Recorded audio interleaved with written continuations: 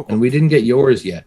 Well, we are live for Tuesday lunch break. Everybody, welcome. Hopefully, you're having a good day, and we're gonna get to playing some fun, simple RPG stuff as a lovable group of misfits. You hear that? We're lovable. So it's been a while. Who wants to cover what happened last time? The fighting the trapping the bugs underground and killing them. That's kind of what happened. Yeah. It was a plan and it worked, which is unusual. Right. Yeah, right. Don't start none, there won't be none. Yeah. We also discovered that lizard man who was, I think he was like a wizard or something. There was someone else involved in this whole plan. Another big evil person. Lizard man. Mr. Wizard the Lizard? Mr. He's a friend Wizard of Tutu Turtle. Right. But enemies with Touche Turtle, right? Yeah. Used to be roommates with Touche Turtle. You're right. It's a complicated lizards, reptilians. I don't get their social structure. It's an odd one. Yeah, right. It must be the cold blood. I don't know. So what now? Gobbo, what do you think? Well, wasn't Gobbo's house burned to the ground? Damn it. Yeah, that's not been great. I think, were people helping me rebuild it? I thought that was a thing that happened. Yeah, the townsfolk are like, some of them are ashamed. Casual racism is unacceptable. They're like, you know what? We'll help. Sure. We'll make it up to you. And it's not, I mean, this isn't a light switch thing, right? They're not just going to magically be better, but it's building. They build. Mm-hmm. They can do it, and they will. Were there some guild members that came? Was that one of the next leads we had to where to go? Because we got rid of the bugs. That's taken care of.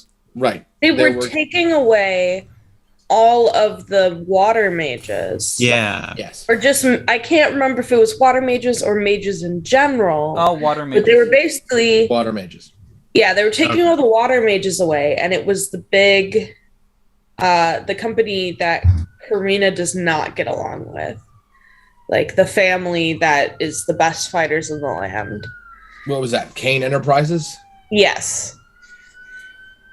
So and she basically murdered a couple people and then left one alive and was like, tell him I'm coming for him. How very Darth Maul. Yeah. Yeah, I spent the time hugging one of the guy's faces aggressively. Yeah, right. Yes. I'm allergic to adorableness. Right. Click, what do you think? You're socially different from the rest of them. What do you think? Do you care to pursue this lead? Well, travel is what I need to do, and the winds of chance take you to where you need to travel to. I see. Blow away on the yeah. Okay, sure. So like the leaves in the fall, Yeah, right.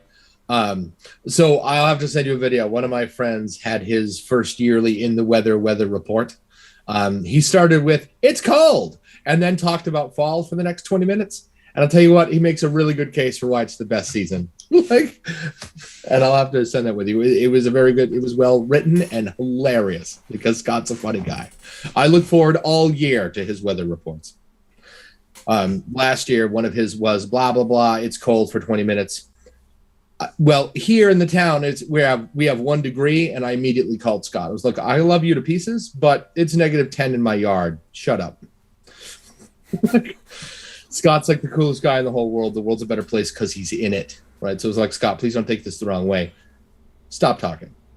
It's -10. I'm shoveling snow right now. Shove off. Just because your UPS people packed it in at 1 p.m., that means they're not prepared. Not that it's actually cold. Put on your big boy pants and go outside. I appreciate when there's like an inch of when there's like a couple centimeters of snow and that you hear about horrible driving conditions. Yeah. Like, calm down. Put grown-up tires on your car. It'll be fine. Then again, I don't want to make light of people that only have that weather once in a while and really aren't prepared, and it's not their fault, right? Their social system is not prepared for it. That's not their fault. I was in New Mexico, Las Cruces, New Mexico, and they got about maybe a half inch of slush because it's still so warm on the ground. Yeah, right. The town was closed. Nice.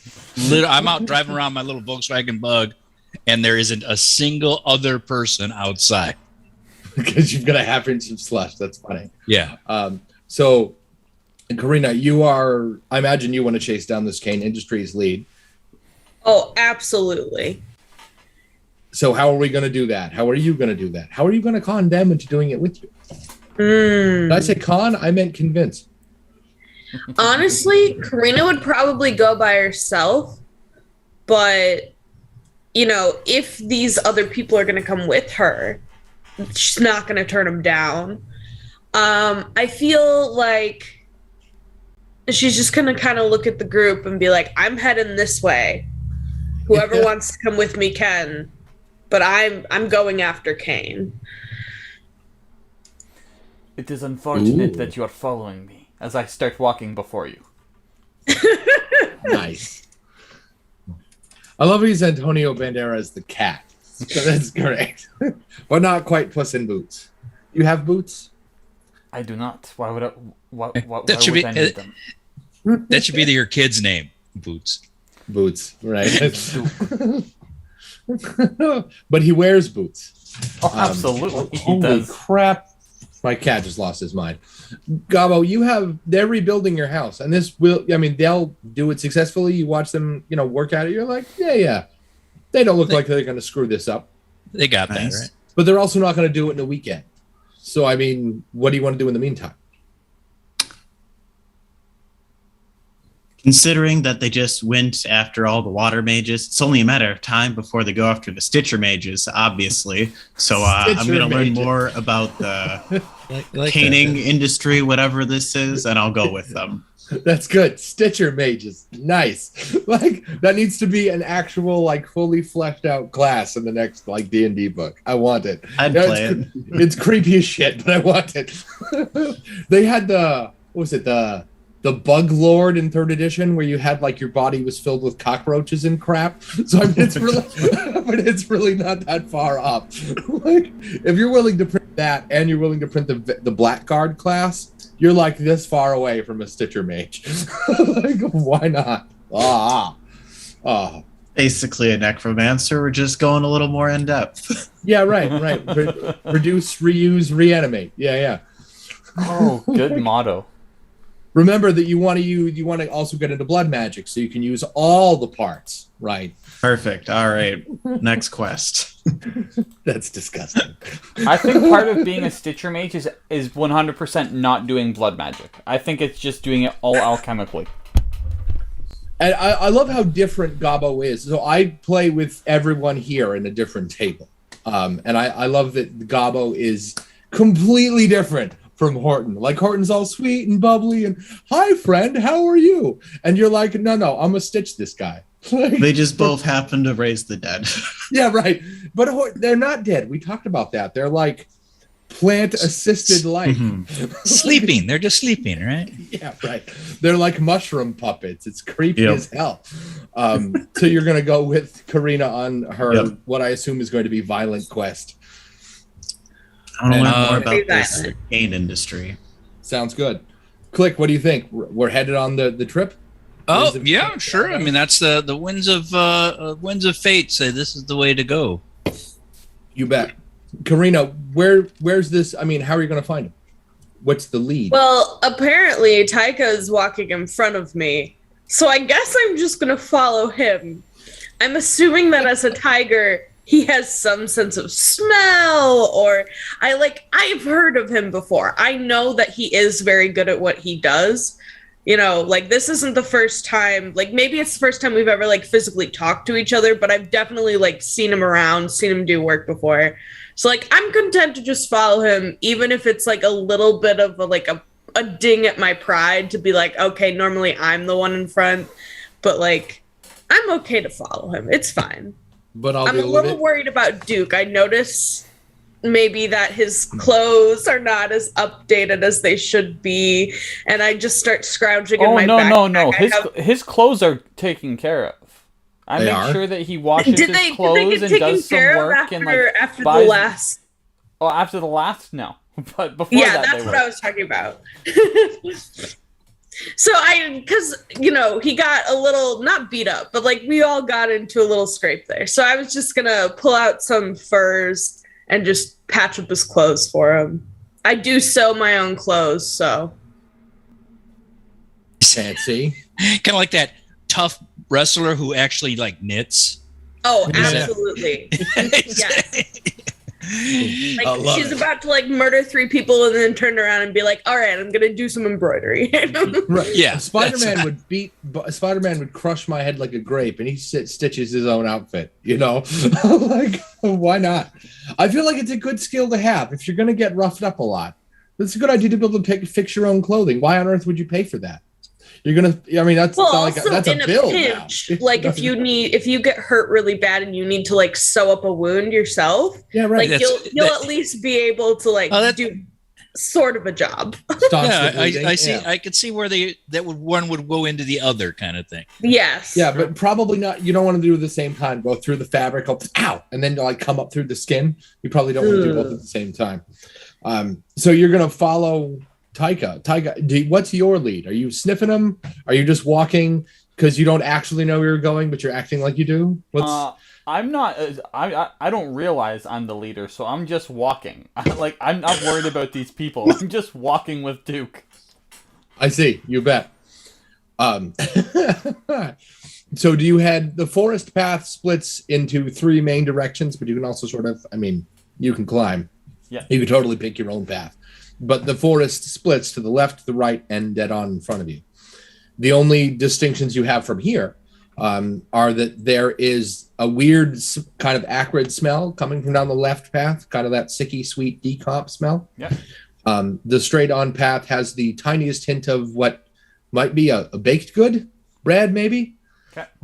And the right path smells like a forest is supposed to smell. I take the path that smells sickly sweet. The baked good is clearly a trap. Clearly a trap, right? Right. If you run down that, if you like would actually go down that path, it's probably just like a really nice old woman who's like, "Here, would you like a treat?"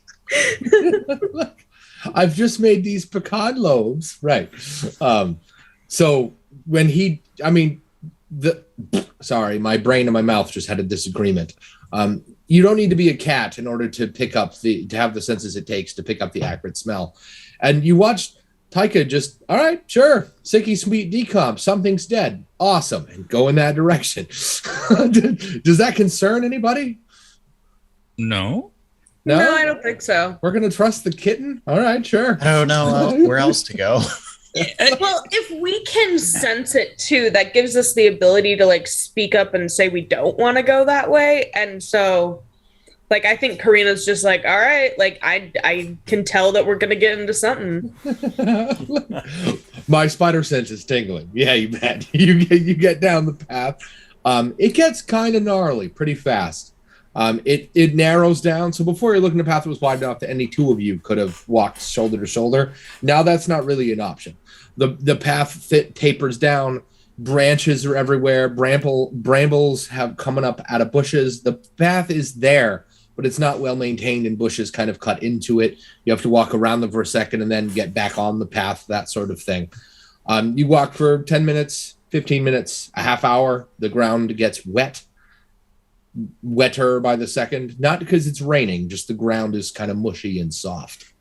And eventually you come across a wooden plank that looks like it's been here a very long time, floating in what looks like acrid swamp water. The forest has sort of transitioned into being a bog.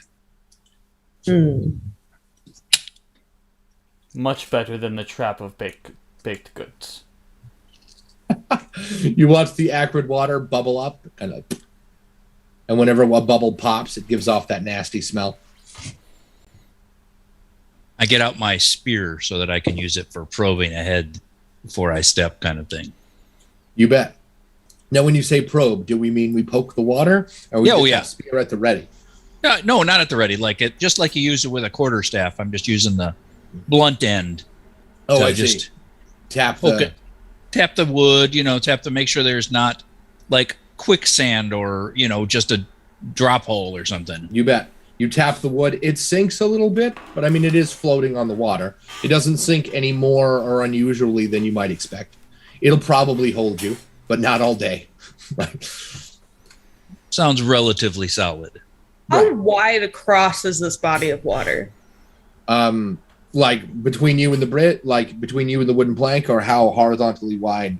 Like if we wanted to try and get across it without the wooden plank, like what kind of journey are we looking at? Oh, if you wanted to jump the gap, you're talking like 40 feet. You could probably jump the gap. So you're not really jumping to anything, though.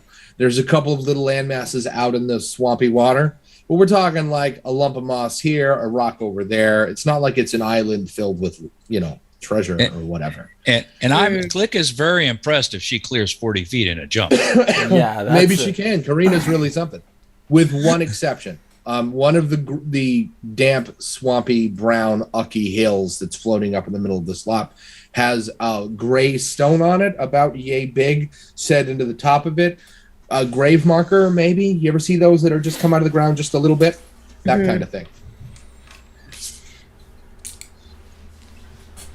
So is there like a clear way forward? Like if we wanted to keep pressing on, where are we heading to?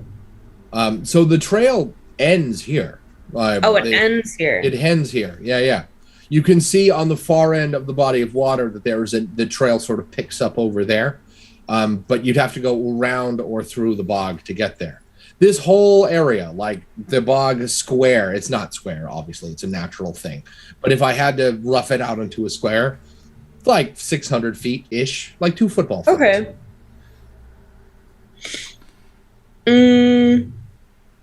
If you want to make the pass onto the lumps in the water, you could, make a series of jump checks, basically. You'll get the first one for free with the wooden plank. You just get to the next platform. You could also go around, though the tree line gets kind of gnarly around the edges of the bog.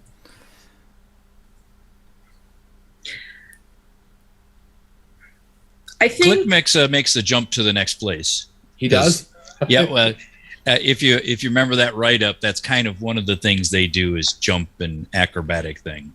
Yeah, right. Yeah. Oh, well, I wasn't concerned about the jump. I wasn't concerned at all. I was noting the lack of pause. You're like, yeah, look, there's the thing. Sure. Weep. So yeah, make an athletics check at advantage because it's what you do.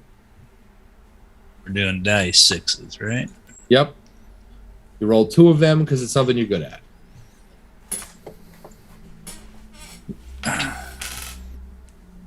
Don't fall in the boggy swamp.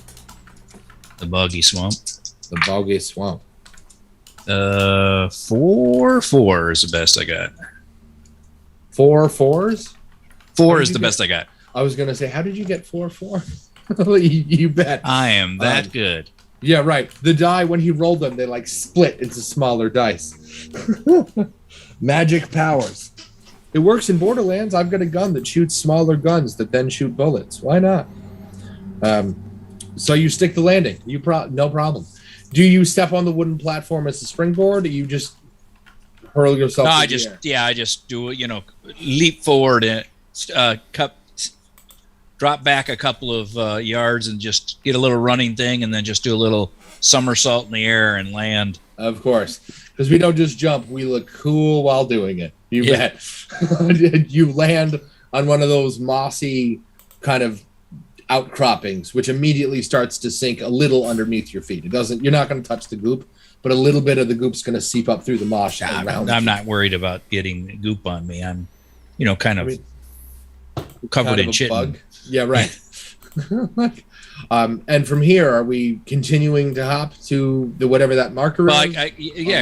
This space isn't big enough for everyone to stand on, I don't think. And certainly if it's sunk so far, I have to move forward. So I'll just continue moving forward. You bet.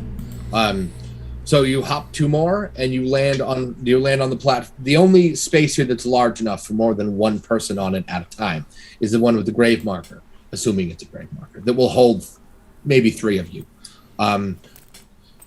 If one of you is Taika, I assume he's kind of smaller than the rest of you. Yeah.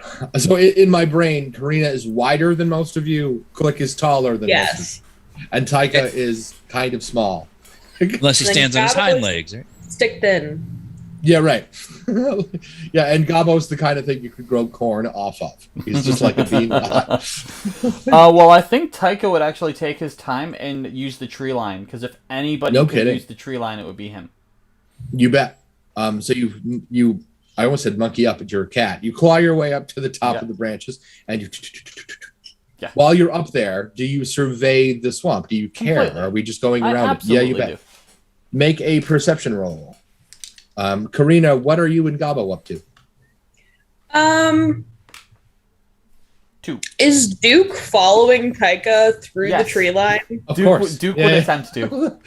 I'm gonna follow behind because I'm like, he's gonna get this kid killed. Like this kid is gonna die. I imagine that Duke screws this up repeatedly, but refuses to give up. He's got the diehard fervor of a zealot, right? Yeah, like he falls over the tiger. Right, yeah. He breaks a branch.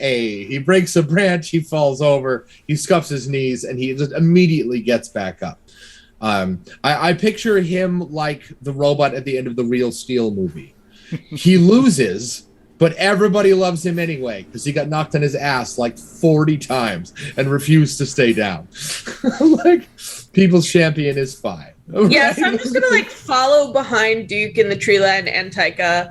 I'm not going to intervene because obviously this is his day-to-day is following Taika. And I'm he's got to get strong. If this is what he's going to do for the rest of his life, he's got to figure it out. Oh, if you look at Duke for his age, he's jacked.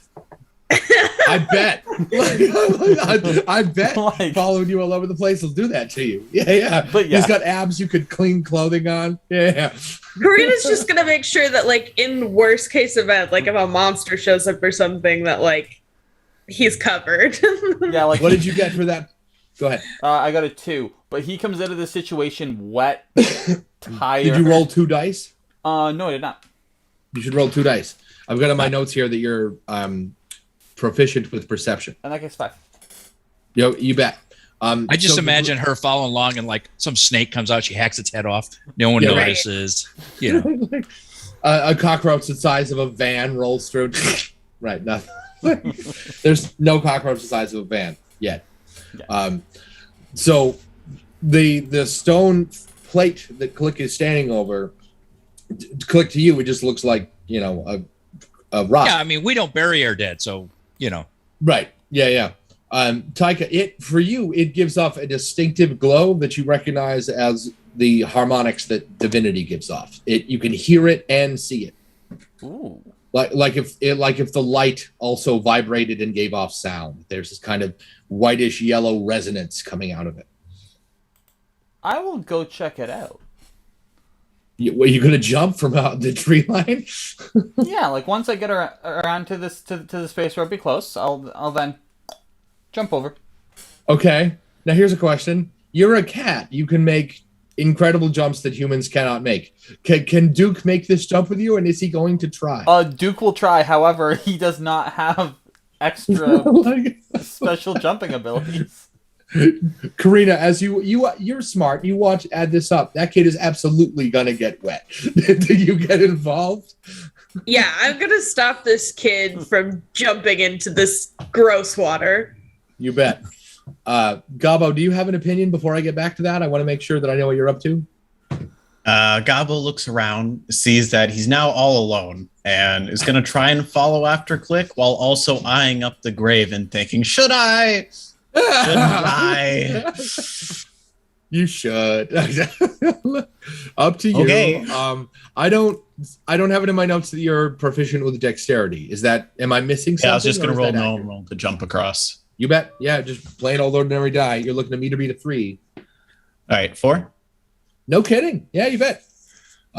You make the jump. You land on the, you jump some moss and then a rock and then some more moss and then you're with Click on top of the hill. It's mostly caked in dirt, but it's slick dirt, right? Because it's in the middle of a swamp. It's gross. It smells. Keeping your footing is hard.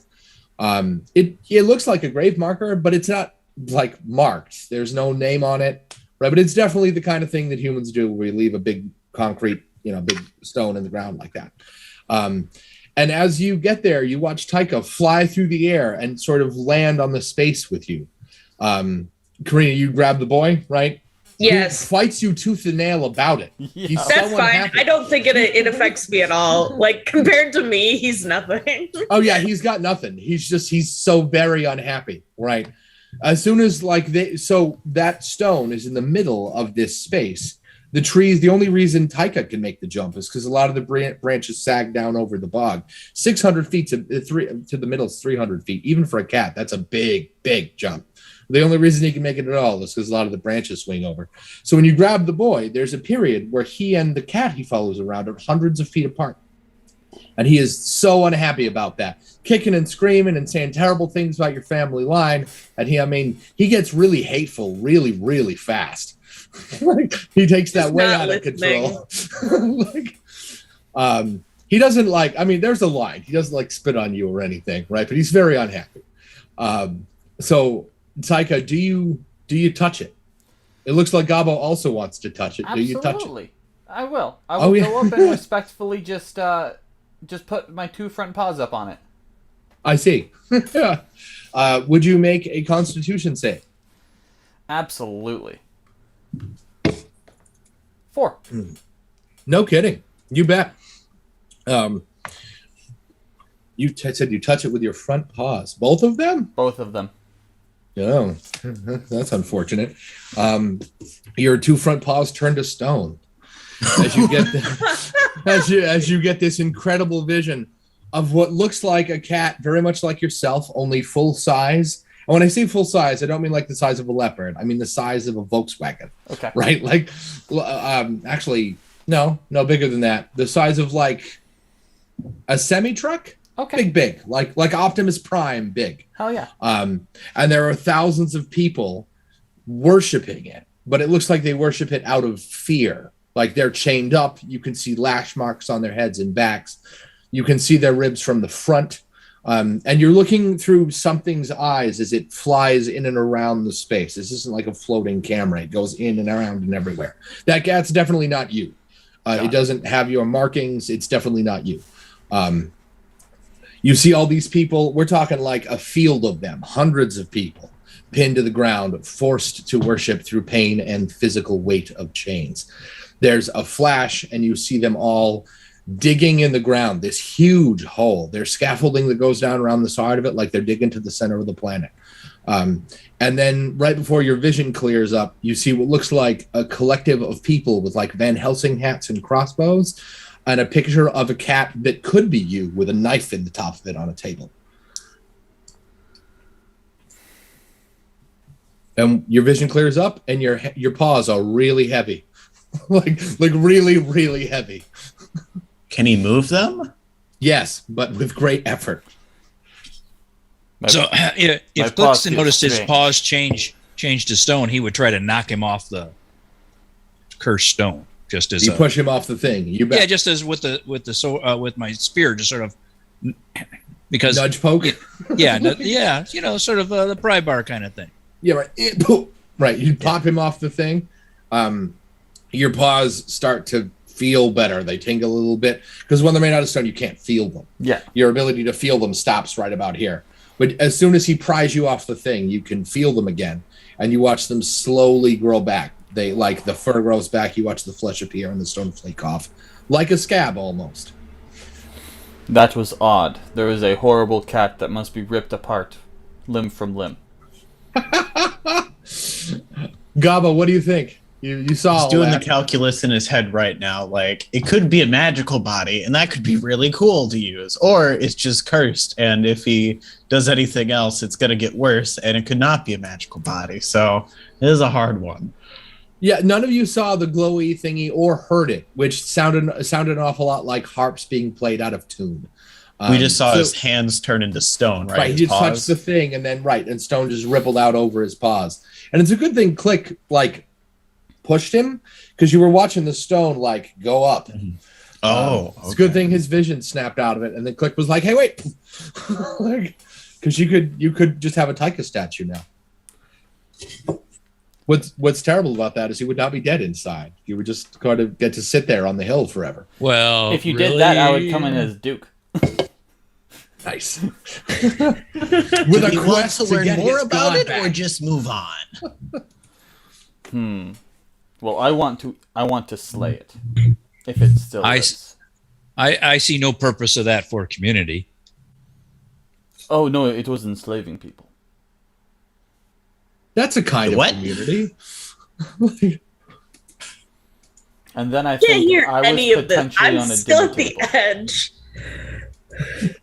Yeah, you've got the boy who is, when he watches the paws turn to stone, I mean, like he loses his mind, right? He starts to wail and scream and sulk and cry, and then goes catatonic out of what looks like probably fear and depression.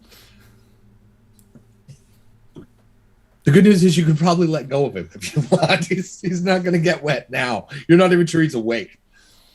I'll just throw him over my shoulder and carry him like a sack of flour. Yeah. Bet. Gobbo, what do you think? You're not even sure it is a grave marker. It might be. Guys, should I dig the grave? I want to, but I also know I shouldn't. Do what you want. Tell me not to do this thing. It is your choice. All right, we're digging. Path is your choice. I'm not going to take away this man's freedom. And I stand there like on one leg, sort of with my spear waiting on guard. Yeah, be ready to push me away. yeah, right. Karina, what do you think? You watch Gobbo pull out his shovel. You watch us what happened, right? Do you think what Gobbo's doing is a good idea or a bad idea? Or third option, a fun idea. I'm far enough away that I don't think I heard everything that went down. Okay. So all I see is like Gobbo being Gobbo, and I'm like, that checks out. Nice. I think I will start trying to make my way around so that I'm closer to them, and maybe I can like jump across with them. But for right now, I'm not going to join them yet. Okay, you bet. So you don't want to make the athletics check to jump the slop just yet? No, because I think I remember you saying that it could probably hold 3 people if one of them was Taika, and so there's already like the max amount of people over there, and Karina's big, so like she's not gonna fit. You bet. Since they're all focused on this thing, and you're not, would you make a perception roll while Gobbo digs up whatever is underneath that stone block? Yeah, is it just normal or with advantage? Is that something you're particularly good at? Yeah. I'm a tracker. You bet. Sounds good. Then yes, with that. 5. You bet. So the bog has gone very, very still. And I mean it was reasonably still before. You don't see any wildlife in here. There's just the bubbling of the water and the sound of your own breathing, and that's it. Click, do you breathe? I thought, okay. Well, do you sound different than a human? Is there a rasping or anything? Well, I mean, they breathe like an insect, so they're just, not. So there'd be like more like a bellows sound, like you're pumping a forge kind of thing. Okay, yeah. I don't know why I said rasping. Humans rasp. You sound like a human with asthma. Yeah. So that more distinctive in out kind of sound. Right. That's Karina, go ahead. Which kind of, because of the shell is probably a little. That's why it's a little louder, because of the. It holds the sound and it's only directed out to certain places. Sounds good. So all you can hear right now is the bubbling of the swamp, and the sound of yourselves. What did you get for your perception roll? 5. You bet. You also start to hear, while everyone else is preoccupied and you're busy, checking the place out, you notice the sound of voices, several of them. Okay. Like it sounds like a group of people coming this way. You hear them break a branch here and there, and as you track your eyes in that direction, you see the glint of armor and weapons. Are they coming from which side of the lake? Are they coming from? They are coming from the way you came. Perhaps they came down one of the other trails that you didn't. Okay, so I'm still pretty far away from them. Right, you're still far away from them, and you are technically between them and the swamp with your friends. There's not a huge gap. We're talking like 150 feet, give or take. But yes. What do you want to do? I'm gonna yell to the group and be like, "People coming!" Gobbo, you hear that as you're digging underneath the stone. The stone itself doesn't look like much. I imagine you've done this before, so you're proficient with digging up the theoretical graves. Fantastic. I'm going to put that in my notes. Proficient with the digging of corpses. Ooh, there's actually a specific word for that. Exhumation, right? Like, okay. Exhuming is his thing, right? Exhuming. Is it not exhumation? I thought it was you exhume a body. Yeah, right. Yeah. So I assumed as a category, that's like, I am proficient in the practice of exhumation. But yeah, exhuming. Yeah. Either way, creepy. Yeah. Like, that you got specialized in it. I mean, Yeah, it's talk about a specialization. Yeah.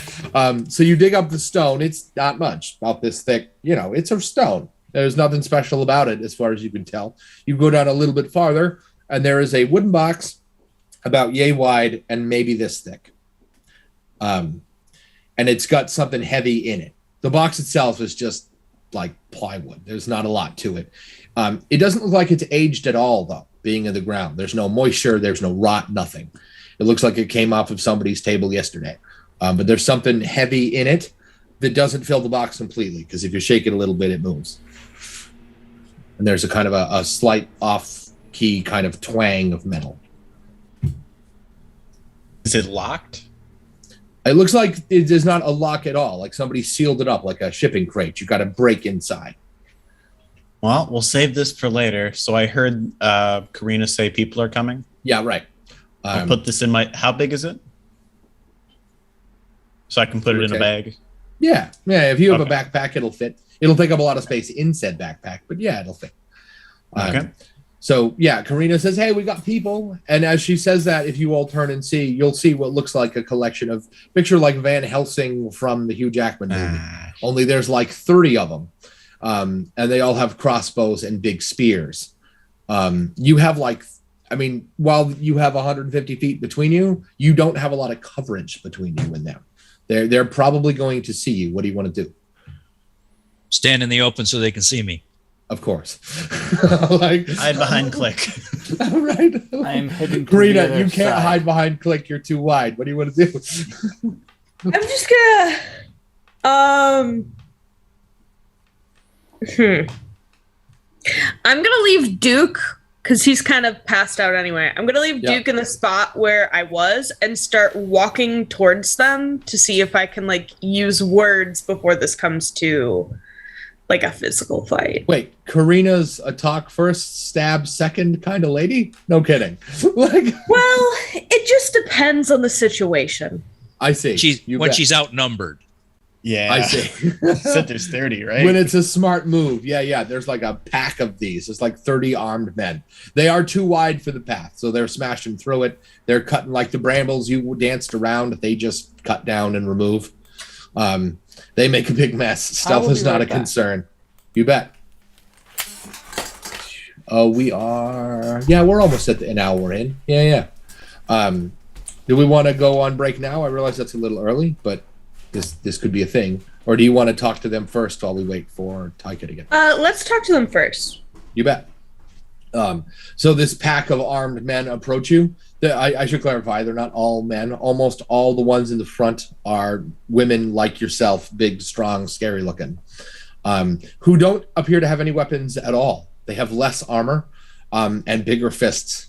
I picture like Brick from Borderlands, just with a big old crazy, surprisingly feminine haircut, right? They're like Belle if she was 400 pounds, and pure muscle. There's a bunch of them. And they advance on you and they go, excuse me, you're in our way.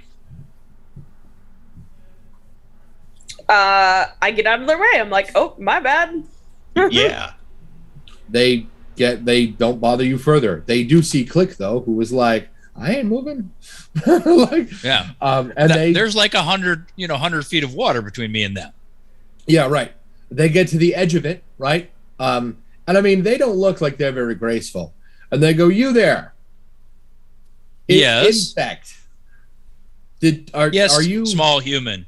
Yeah. Why are you out here? Did you dig that up? No, I did not.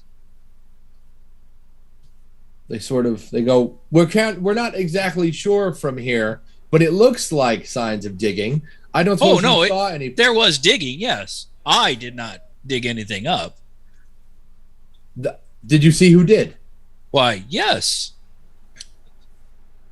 And they look a little frustrated. They go, would you be willing to share that information? Yes. Excellent. Who did the digging? And I point at Gobbo. Nice. Because he just rolls up a bus to throw you under. You see that?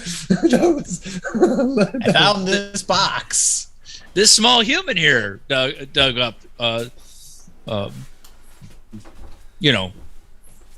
treasure or item thing, some sort of human thing. Some sort of human thing. There is a kind of an emotion that washes over them as a group. Would those who care to make what amounts to an insight check?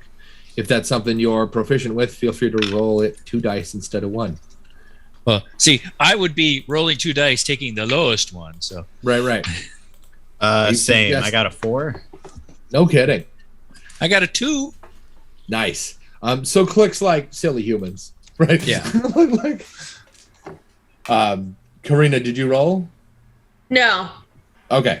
I'm headed back towards Duke. I got 1. I'm not good at reading people because I don't care about people most of the time. You bet. So you're also like silly humans, right? And then Karina doesn't even care. You're like, yeah, whatever. I'm doing my own thing. But Gobbo gets it. That was definitely fear.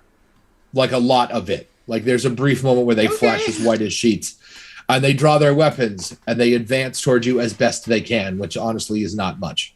Instead, they spread take out it out around and reveal it to them. I didn't know what it was. I just dug it up to see what it was. Here you go. They back up and they go, no. We don't. You found it. That's okay. You will come with us and we will take you to the Royal Court Mage. The what now? Royal Court Mage. For what? They look at each other and go, why do they ask so many questions? Look, it doesn't matter. You will come with us.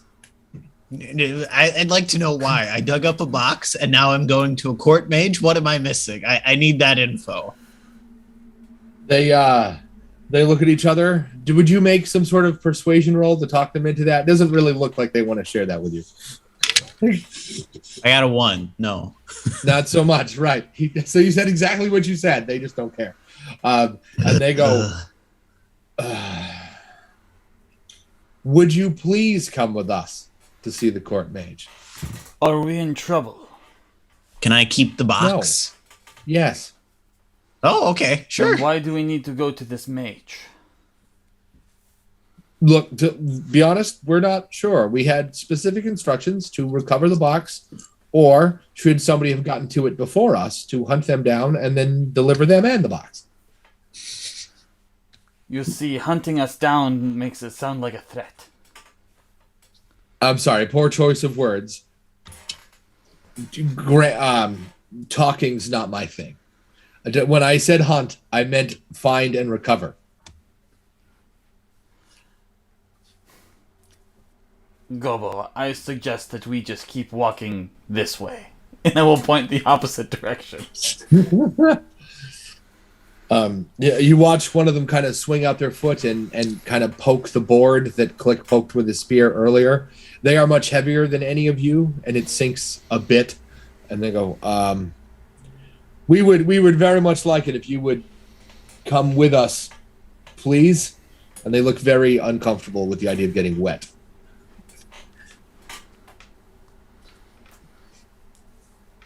You seem like reasonable people. So we'll reason with you. If you don't come with us, we'll transition from find and recover to actual hunting.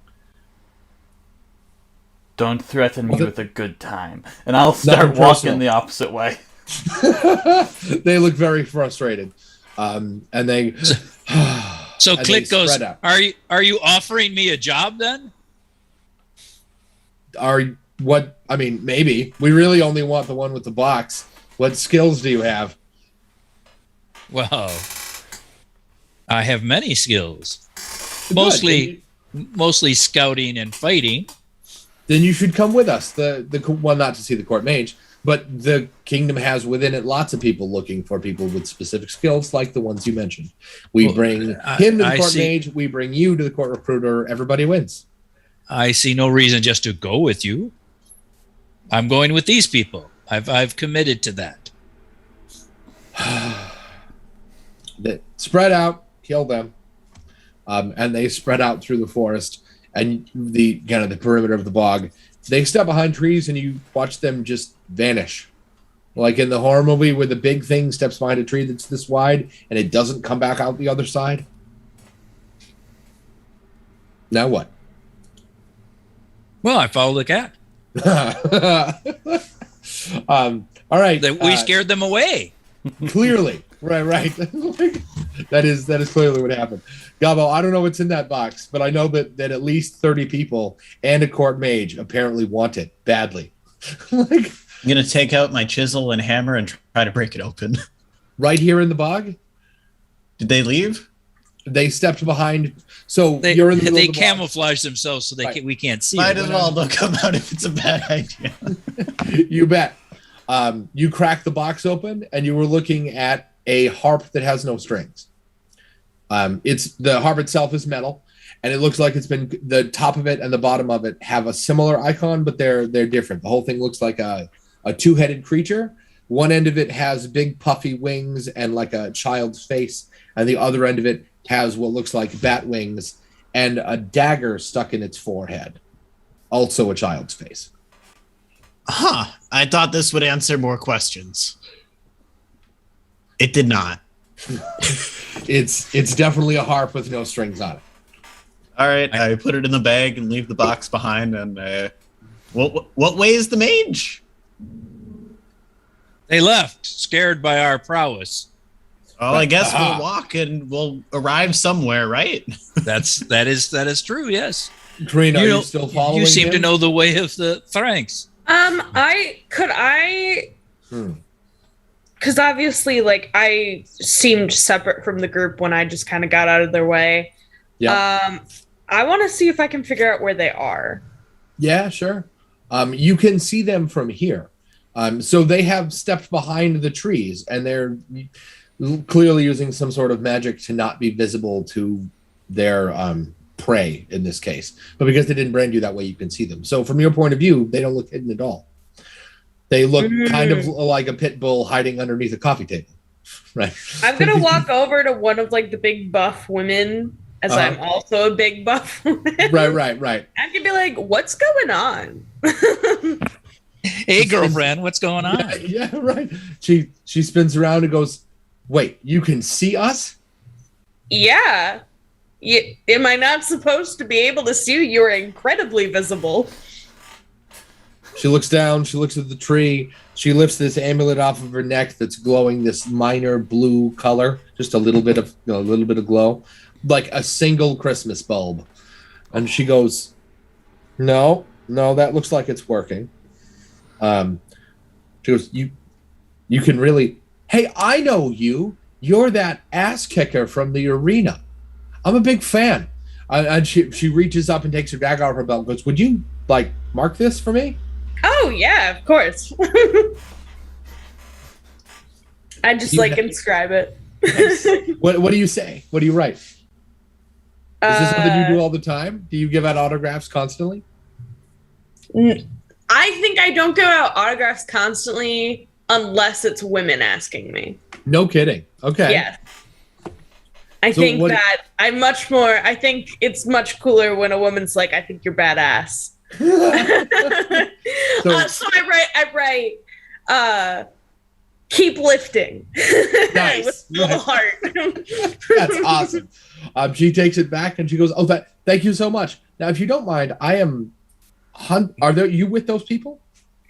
I kind of just met them. They were headed in the same direction as me. I'm going after the Kane institution.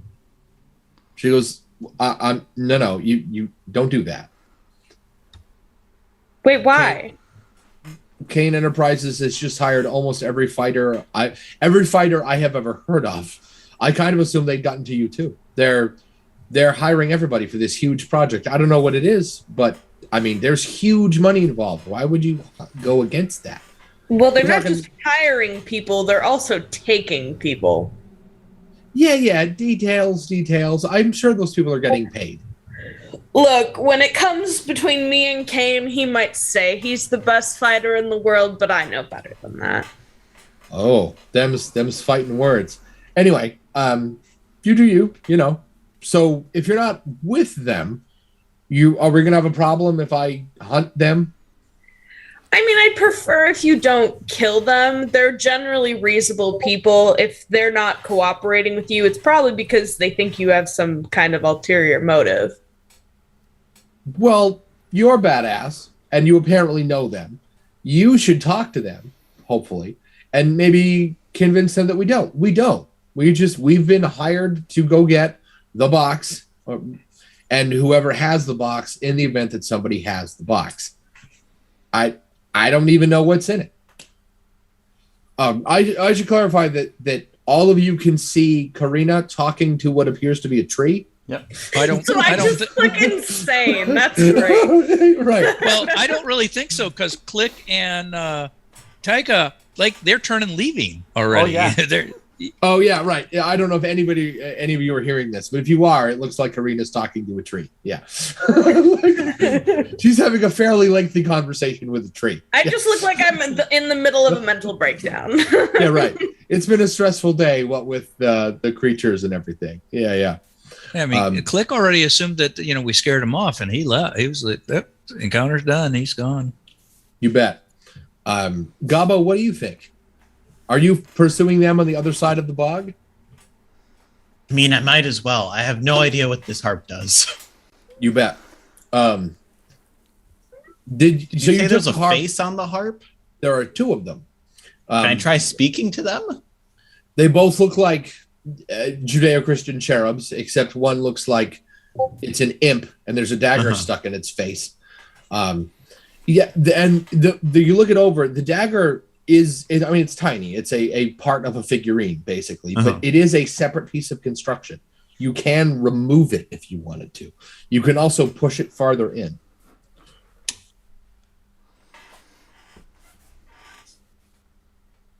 Oh, God. I'm going to push it in. I see. So when you grab the dagger and you start pushing it in, there's a high-pitched wail. The harp bleeds. And it goes, hey, whoa, why are you, what? Stop that. Do I know you? Like pull it out a little bit again. Sorry about that. I didn't know you. Holy crap. You just walk up and stab everybody? What is wrong with you? Well, I'm not really stabbing you. I'm just kind of pushing it in more. It was already there. No, yeah. Walk by somebody with a medical problem and pour salt in it. Yeah, that's totally fine. What is wrong with you? Do you want me to take it out and fix it, or? No, I'll bleed to death. Leave it where it is, you creep. And everybody can hear that. The harp isn't talking into Gobbo's mind or anything. The mouth moves and everything. And it looks like it's in a lot of pain. And it goes, hey, whoa, what? Hey, I'm not in the box. Holy crap. You? What do I look like? I'm a talking harp. It didn't answer any of my questions. Well, that's too bad. It's the answer. Look, I would have to agree with the harp. He is talking. Are both sides able to talk, or just your side? The other one? Yeah, he talks sometimes. He's annoying, though. I yelled at him. You yell at a guy for an eternity. Eventually, he'll stop bothering you. He's been mute for... Crap, what year is it? I tell them the current year. And he goes, oh. Holy crap! I've been in the box for a really long time. How did you get in the box? Well, there was those white hooded guys, blue crest. They were up against. Anyway, guy with a robe tucks me in a box. Guy in robe with a bunch of other robes cast an incantation on the box. Wait, how did you get through the incantation on the box? You mean I just hit it with the hammer? You broke You just broke the box? Yeah. That's fantastic. No one would have ever thought of that. Look at you. I'm sorry. I'm being rude. My name's Primus. What's your name? I am Gobbo. Excellent. Gobbo, hey, how do you feel Are you about... both Primus or just you? We collectively. Okay. He's part of me and I'm part of him, but I don't like to talk about it. It's like in-laws. You share the same name, though. Right. I suppose if it helps, we are Primus. Hey, you hear that? Somebody's talking to us. Say something. The other half doesn't even twitch. It was fine. Be that way. I think at this point I walk up, but it's not to deal with this harp. I'm sorry. You must have been incorrect with the year. That seems far too much time has passed. No, he's right. It's definitely the year 3000 for sure. Like, and I just look off into space like, wow. Did you not know what year it was? No. I don't pay attention to the year. I just walk around and do stuff. Yeah, right. It's been like 10 years and Taika's like, wait, what? Oh no, it's been more than 10. So a friend of mine lived off the grid for a noticeable period of time. So long that when he eventually returned to places where cell phones worked, the last president he remembered was Bush Jr. And Donald Trump had just been elected. And he was like, wait, what? They're like, yeah, seriously. Because he got pulled over. His license plate is way out of date, right? They pulled him over immediately. And they were like, he's trying to, and he's telling this story that to the cops must sound like he's lost his mind. Yeah, I didn't know what president's been for this amount of time. What do you mean cell phones are tiny? What the hell? What is that? They've got like a laptop in the car, right? He's an off the grid kind of guy. Huge swaths of time and technology pass, and he doesn't even notice. And it was like, oh, hold on, Donald Trump, like the kind of crummy businessman. That guy's the president. Wait, what? Like, I lost his mind. I thought it was really funny, and I'd spent money to be there with the cops trying to like believe his story. Unbelievable. Most of his friends had changed their phone numbers by that point. I can't believe he didn't just go to prison. like I can't believe he didn't just lock him up. Like, he's clearly lost his mind. It's a good time. So Karina, this woman, the screaming, right? The screaming harp, she panics, right? And all of those people with her turn around and shriek and tear off. And she's like, nice to meet you, bye. Huh. Okay. Well, so I heard the harp too, right? Oh, yeah. In their panic, they drop something. Looks like a little parcel of paper drops out of one of their back pockets. Oh, I'm picking that up. I thought maybe. It's one missive with two parts to it. One of them is a map. The bottom piece is a map with rough. I'm gonna say coordinates, but they don't really exist in this world like they do here. This isn't like a down to a 5 foot radius. I actually don't know how specific coordinates get. Pretty specific, I think. But it's a rough estimate of the world. Like, you've got the forest you're in, a couple of other locations, what looks like a temple, maybe a town, and then within them some landmarks. Like the forest here has an etching, like a little mark with possible location for the box. Like a box question mark, right? The town says headquarters, and if the map's even remotely right, that's north from this position, though this map does not give you any indication of scale, so how long it's going to take. And where you met everybody, the town with Gobbo's building, there's a note there that says Stitcher Mage with an exclamation point. The portion above that, the written part, sounds like a series of instructions that are like in order, right? Find box, retrieve box at all costs. If somebody has gathered the box, only they can touch it. Retrieve them. Find the Stitcher Mage after that. Rip in half. Retrieve insides. Okay. Gobbo, you all right? I gotta look over at Gobbo and be like, I don't know what's in that box, but these people were gonna kill you. Oh, I forgot. The final step is return to headquarters. I forgot. I suppose that's less important than the rest of it, but it does technically say that. Yeah, Taika, it's the year 3000. Welcome to the current events. Yeah, Taika hasn't paid attention to the year ever. The harp, yes. He was just ripped in half. Couldn't he stitch himself back together? I don't know. Can you self-stitch? Because your arms still work, right? No, he says. I love how Click is like humans are weird. I don't get how they work. They're not that weird. We are, though. I mean, our brains what are kind of magical properties do you possess? Other than talking? Well, let's see. We talk. We can fly. There's that little thing about the dimensional gateway. Please go into that one right now. What's to know? We create dimensional gateways. We also fuse things together. What's to know?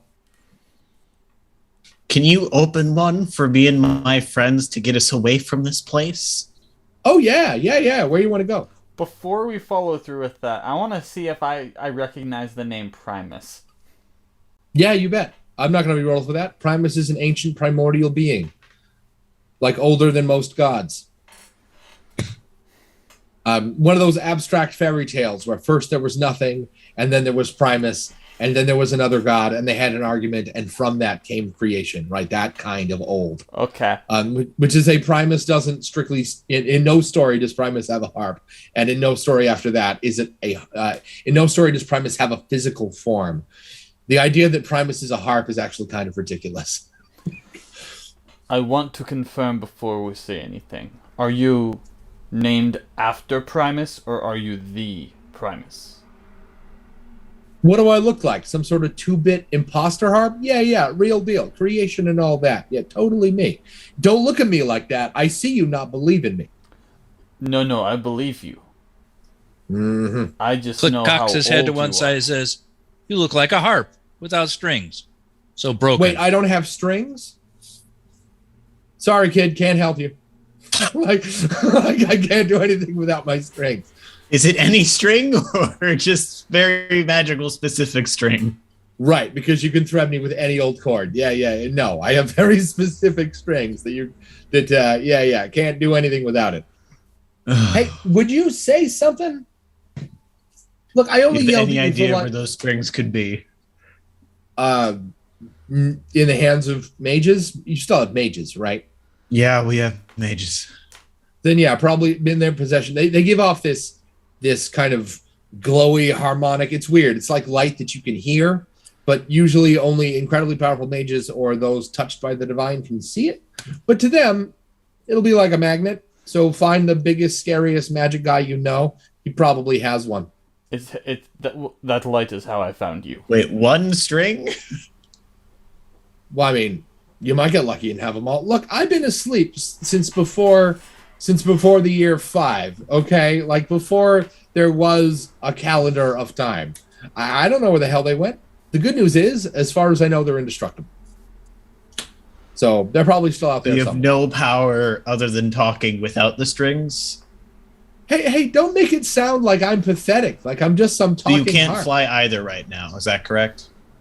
No, I Okay. can't fly. Don't judge me. I just want to know what your capabilities are because we're gonna need everything we can pretty soon. Hey, I'm really smart, okay? You should like listen to everything I say. I'll take care of you. You'll have every. I'll look. How do I'm I level with not you. die from these people who are trying to kill me? Kill them first. Fuck. Okay. That is smart. I am just happy that I am no longer the old guy. Now these people that are, did you say hunting you? You don't look like an animal. What do these people look like? Like monster hunters? You described them as Van Helsing, right? Yeah, right. Yeah, the big steepled hat. Yeah. Trench coats that are Crossbows, too long. horses, Yeah. the like.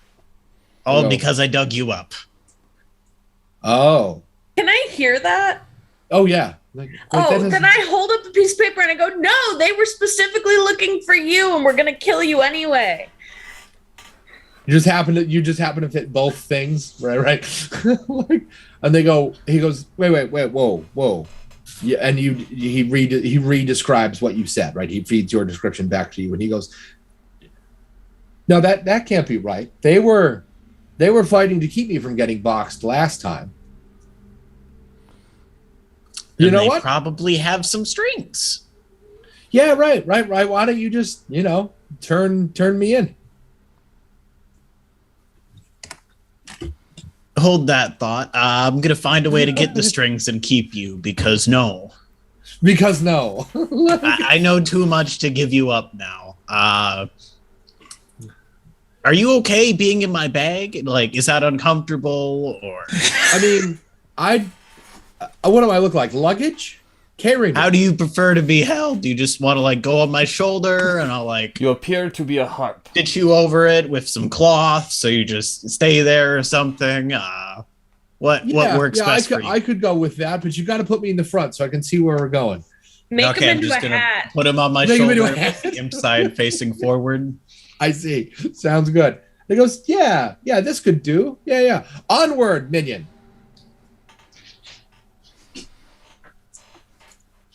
As we're walking, I was only born in the year 513. I am no longer the old one. Wow. The harp kind of mocks you a little bit. And he goes, wait, hold on. Did you say you found me because you could see the residents? Yes. That would be nah. You're a cat. You smelled something funny. No problem. No.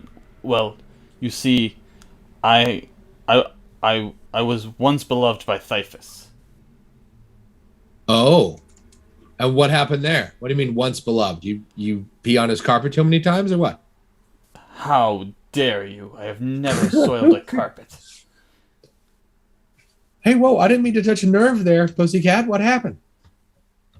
People stopped believing in him. And then he became a beggar. He's still around, though, yeah? I think he is somewhere. Yeah, so you're fine. Things turn around. Yeah, it's fine. So, Karina, do you show them the note? Yeah, I'll show them the note. Now what? I'm gonna look at Gobbo and be like, what's in your insides?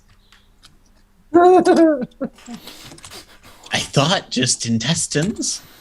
What's in your insides? I love it. My insides are on the inside. I'd like them to stay there. Pretty much. You ever play a video game where there's like a barfing enemy because they want to put their insides on your outsides? That's never fun. Super gross. But yeah, it's definitely, I mean, you look it over, it's definitely a missive that it doesn't call you by name. It says Stitcher Mage. Maybe there's more than one. Right. But imagine you'd run into professional, like, contemporaries at this point.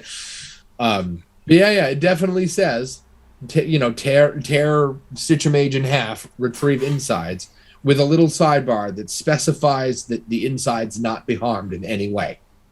They're not allowed to dig into you any further than your skin.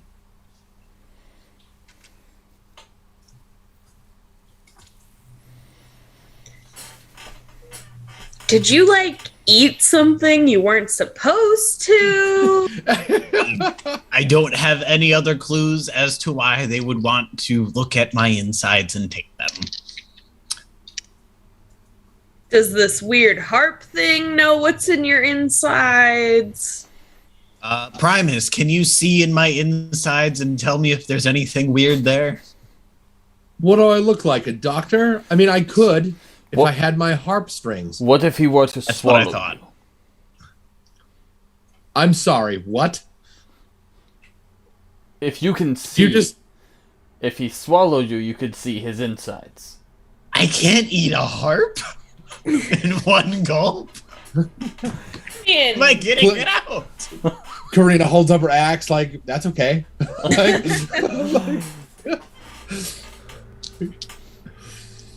And he goes, hey, well, look, even if he could, I'm opposed to being eaten. Go lick your butt. You come back out. That is disgusting. No, I refuse. I've seen that the in and out are about the same size. So if he says he can't swallow it. See, listen to the bug. The bug's got a good point. Speaking of bug, what's your stake in all this? What do you get out of traveling with, other than obviously getting to talk to my badasses? You have an ass? Well, yeah, it's the back of the. Don't be smart with me, feelers. I get to travel. I see. So, Minion, what are we up to? Where are we going? We're going to hunt strings, right?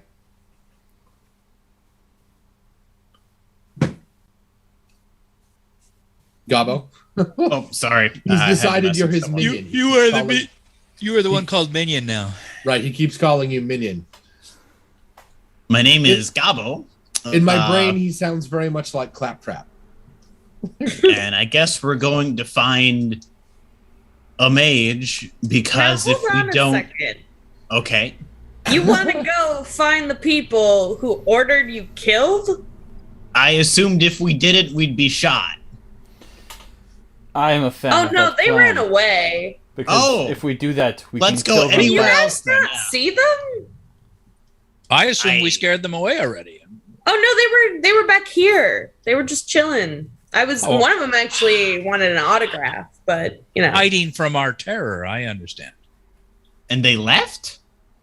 When they heard the harp talk, Oh. they all turned tail and ran away. So they are cowards as well as fools. We should kill them back. Well, we should continue on the quest that we already were on, right? I'm sure those people probably have some harp strings if they're as powerful as you say. I am not on a quest. I am walking in directions and doing things. Are you gonna come over here and get your kid? Aren't you still wearing the kid like a bag of flour? Oh no, I dropped him on the ground. She tucked him under some Like a brambles bag of somewhere. flour. Oh, I see. Yeah, I missed that part. You bet. So Duke has started to come to. When he right? wakes up, he'll come to me. Sounds good. You bet. When he comes to, he darts towards you. You bet. And he throws himself at your feet and attempts to clean you up. What little scraps of dirt you have on you. And I will clean him up as well. He wipes you, you lick him. It's adorable. Yeah. Yeah, nothing like a tongue full of mud. Yeah, right. Yeah, right. You can totally clean nature with nature. Yeah, you bet. Yeah. So Duke shoots Karina the nastiest look you've ever seen. I give him a And then- dirty look back and just shake my head. And then he immediately apologizes. He goes, I'm sorry. What I meant was, thank you. But it's definitely one of those apologies that kids make because their parents told them to, not because they mean it. Where to from here? You have a very rudimentary map. If Gobbo wants to go after this guy who wanted him dead, I'll go with- No. Plans changed. Well, then I'm headed towards Kane Industries. Same. Okay, you bet. It is still strange that you are all following me. Right, bunch of weirdos. And I resume walking. Karina just rolls her eyes and keeps going. When you say Kane Industries, the harp goes, well, hold on. Kane, like Mighty Fighter Kane? Yes, but he's hyped up way more than he should be. Wait a minute. How do you know of him? You've been buried in the ground for longer than humans live. Yeah, because Kane's not a human. Kane is a primordial force. He was one of the first people to have a problem with me. Something about I talk too much. Shows what that guy knows. He got turned into a frog. That's too much to process. Wait. I find it hard to believe that Kane has his own industry. What? Other frogs he runs from a lily pad? The Kane I know is well and alive and human. Oh, yeah, then who cares? Wait. Maybe anyway, it doesn't matter. Yeah. You're right. It doesn't matter. Let's Look, go. primordial being or not, this guy has an ass kicking coming to him, and I'm the one going to be doing it. So let's go. I am sorry, but if he is a primordial being, people need to be prepared. Minion, you should get a front row seat to that. Why? Well, because a little bloodletting is good for you. Gets your spirits where they need to be. You know. I can't disagree with that. And besides, you're you do. I can smell it on you. You do the digging up, reanimating kind of magic. Besides, if this one, Scary Lady here murders a guy, you have more parts to work with. That is very true. So from here, do you know where Kane Industries is? I know where it is, yeah. Sounds good. You bet. Where is it? Is it in the middle of a heavily populated city? Is it a fortress? Yes, it's in a huge, it's in the biggest, most populated city. Holy crap. Sounds good. You bet. They were like, we're going to settle down where the money is, because there are horrible people like that. You bet. Shorten the supply lines. How far is that from here? Couple days travel? Is it on this? I imagine it's a while away. Like, it's a week, it's not a month. necessarily close. Are we talking like on this landmass, or are you going to need to charter a ship or something? No, like it's like probably like a month away walking. Okay, sounds good. Have you been there? Like, do you know the way from here, or in a vague sense, or do we mean like you could take the road signs to get there? We could probably take the road signs to get there. I don't think I've been in this specific area before, but like once we get to a place I recognize, I'll know how to get there. You bet. I have a lot of history with Kane. Yeah, I'm looking forward to it. As you advance through the forest, because while Taika's in front, I feel like Karina totally knows where she's going. As you advance through the forest, you eventually come across the sounds of battle. You see little red... when I say see, I mean they're definitely making opportunities to be stealthy, just not from you. So there's a wider than average clearing. Not your bog width, not like that, but the path widens quite a bit and empties into a clearing that in the middle of it is a large, irregularly shaped stone. Goes up maybe 7 feet. It's an awfully tall rock to be sitting there by itself, and it looks like the part of it's been cleared right off at an angle, like somebody awfully big came through there with a sword and just cut the top of it off. On the left side of it, you see little green bendy-backed things with flappy ears throwing what is hopefully mud at little red creatures that maybe they look kind of like dragons, except they lack wings and they're like 3 feet high and walk on 2 legs. And they are throwing what are clearly spears tipped with what is hopefully poison, because it's bright green, and if not, it came out of their nose. And they are in the middle of a skirmish. Do you care to get involved? You can totally avoid them. They do not appear to be paying attention to you in the slightest. I mean, Karina's not going to get involved unless there's money involved. I see. Because she doesn't know which side's the right side, like The one with the most money. And the money will tell you that? Always. On the other side of to make a living. Oh, I'm not judging you. No. It's a made-up character. No moral judgment here. Which is weird, because I'll absolutely judge a comic book character and they're made up.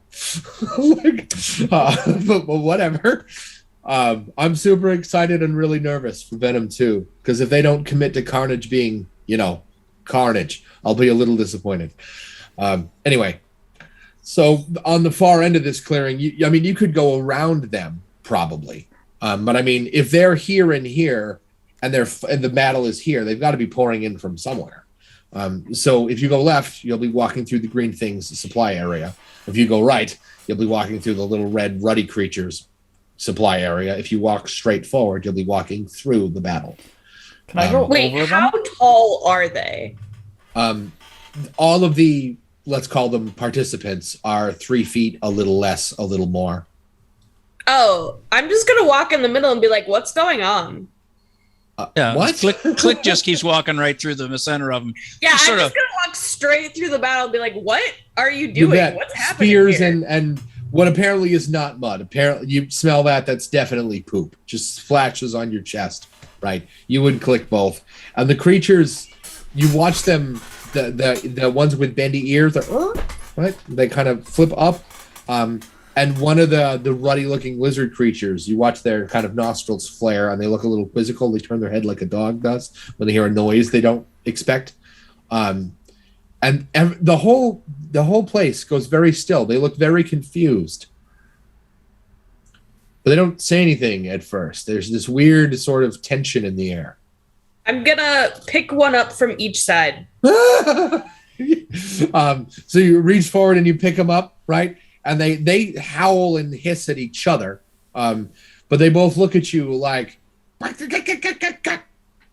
they have a very similar. Their language doesn't sound that different. The green one sounds very high pitchy, and the red one sounds like it's got something caught in its throat, like when you pronounce the word challah bread and you're actually Jewish.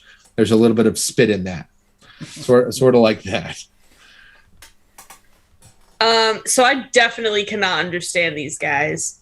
Do you know what they are? I mean, how much forest hunting experience do you have? Would they be common in more than just this area? Yeah, definitely. Any place where there's heavy woodland. If they're in other areas, I would probably know what they are. They are goblins and kobolds. They are famous for, one, being a huge pain in the ass of like every other nation. Goblins are famous for being gross. Kobolds are famous for being much craftier than anyone gives them credit for. And they are like primordial enemies. They fight over this. A lot of people just think that's because they fight over the same stuff. Like they have the same diet. They like to live in the same place. They fight over resources, basically. But they've been doing that for a really long time. So they're Arabs. Kind of, yeah. And some people believe that there's more to it than that. This isn't just a fight for like survival. There's a certain degree of hatred in it. Can Primus understand them? Yeah, you bet. And Primus goes, do you ask him to get involved? Like a harp mediator? Yeah, I'm like, tell these guys to stop fighting. He goes, yeah, right. Yeah, I mean, I can do that. Check it out. And he makes a declarative statement from the tone in one language and then says it in the other.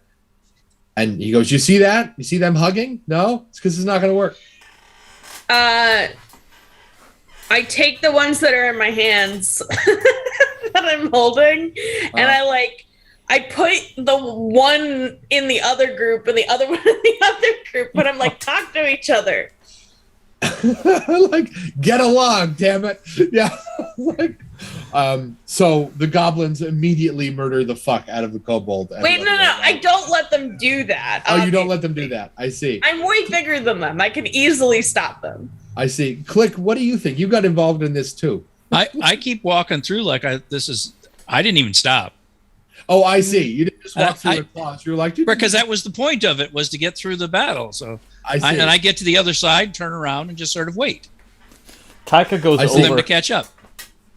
Taika goes through the tree line and it passes this all together. You bet. Gobbo, what do you think? I'm going to roll something real quick for Duke to see if he messes this up. Karina has decided to poke her nose in somebody else's holy war, much like America. What do you think? Primus, what are your thoughts on this? I have no opinions on holy stuff, but you seem much more suited for it. I think they're goblins and kobolds, and about time somebody noticed my genius. And you can almost hear him flexing the chest that he doesn't have. And he goes, I think they're going to rip each other apart. I also think, I mean, no offense, but look at you. You could use a bath and maybe a new outfit. And, I mean, goblins are disgusting, but they do find a way of getting their hands on all kinds of useful shit. Kobolds, too. I mean, I'm not saying that we should wipe them out, but I'm not saying that would be objectionable or anything. So we wait, let them fight it out, deal with the survivors, and then we take all the loot and bodies. Easy. Okay. Well, now hold on. Are you familiar with goblin and kobold birth rate? That part where you're like, let them fight it out until there's nobody left, that part never comes. Oh, I just meant now. Oh, and then we I deal see. with the rest. I see. Then yeah, that's what I think. I think you should talk to your big scary friend and have her get out of it, and they'll rip each other to pieces, and then yeah. Ooh. Or she should keep those two she already has and use them as like scouts to take you back to, Anyway, that's my thought. Ultimately, it's none of my business. On the ground, full on arguing with both sides right now. But you don't speak the language. No. But she's like using hand gestures and like trying to like non-verbally communicate with them. So you come to grips with pretty fast the idea that you are absolutely not going to change like a primordial war. It's not going to end because you gave a fuck. But you can probably calm these people down. Just this group right here. Feel free to make a persuasion check, but at disadvantage because you don't speak the language. Instead of doing that, I think she's just gonna get frustrated and she's gonna grab the two that she has. Okay. And then in my mind, could Karina is picking them up and using them like they're action figures. like you're just... Get along! Right, you're so much bigger than them. But she just kind of like yells at the two factions, like, get out of here, and like makes it very clear that they need to go. So what you're saying is you actually want to make an intimidation check instead. Yes. Yeah. Which I am proficient in. Right, you tower over them. Feel free to roll 2 dice. That's gonna be a 5. Nice, you bet. You terrify them. Like there's a lot of and they tear off through the forest like a bunch of Sonic the Hedgehog. But I still have the 2. Right. Yeah, right. The rest of them leave. The 2 of them in your hands notice that, and you watch their hearts just sink into their chest, and their eyes get very big. And what was it that Primus said that they have like treasure or something? goblins and kobolds have a way of getting their grubby mitts on all kinds of things. He goes, so, I mean, they might have stuff we could use. Like ravens, to collect shiny things. Yeah, right. They're magpies. They can't help themselves. Goblins and kobolds have a way of collecting shiny, metal, attractive bits. As all of this is happening, a big, giant black raven soars down from the sky and lands on Karina's shoulder. No kidding. That's terrifying. Additionally, we haven't eaten today yet, have we? I don't think so. I want to jump up and grab the goblin and start chasing, like, because I'm hungry. Karina is keeping these. These are like her pets now. You can't have the goblin. That's funny. She's determined. She's like, if I can't make them all like each other, I'm gonna make these two like each other. So I will. And I'm gonna carry them around with me until they do. After I jump and try and get food. What was that? So I jump, try and get the food, but clearly I'm not gonna pull it off. Right, Karina says hard pass. No, I feel like Taika jumps for them and Karina just like holds them up higher. I am now just giving you sad cat eyes. Like Puss in Boots with the hat. Like I take a big like piece of meat out of my backpack and throw it on the ground for him. I love you just have like a bag full of meat. I do. No, that's fine. It's food. It's not as fun, but it gets the job done. I also share it with Duke.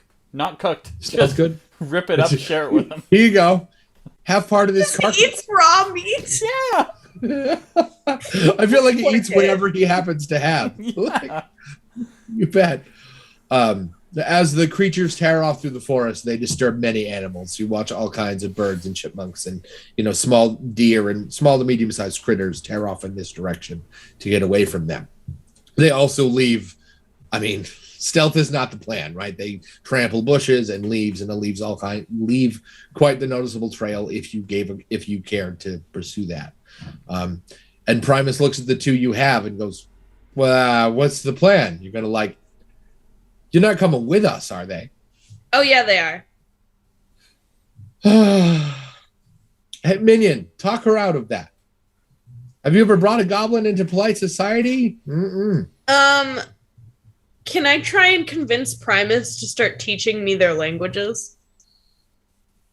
Okay. I mean, I guess it's really not that hard. You just sort of at them. It's really about the tone, right? It's what you meant, not what you said. They're big on that. Just sort of squawk at them. It'll be fine. Seriously. I just look at Primus and I'm like, clearly you know the benefits of having minions. Okay. All right. I hadn't considered that. I mean, goblins are a kobold I can get behind. The goblin, he's a poor choice. They trade in fingernails and poop. They're disgusting. they're absolutely disgusting. The kobold, though, I could see that. He'll need a name. You're gonna have to. I mean, if you're gonna bond with him, he's gonna need a name. And you can't have minion because this one, the one, there's already a minion. My name is Gobbo. Sure, minion. I believe you. I love that. I believe you. That's great. Nice for you. I could just put you in the bag. He goes, all right. Gobbo it is. You're my favorite minion. You don't need to take it all personally. Close enough. Is he not currently your only minion? Yeah, and I realize how it sounds winning by default, but I mean, what if he was my only minion and he wasn't my favorite? How much worse would that be? There's a reason I do not like primordials. They are all egotistical and cocky. Aren't you a primordial? No. Not specifically, no. So before we figure out what's going to happen with Karina's new action figure minions, let's go take 15. I'll see everybody there. Hell yeah. Besides, I need a second to get my face to stop smiling. My jaw hurts. All right, we will be back in a bit.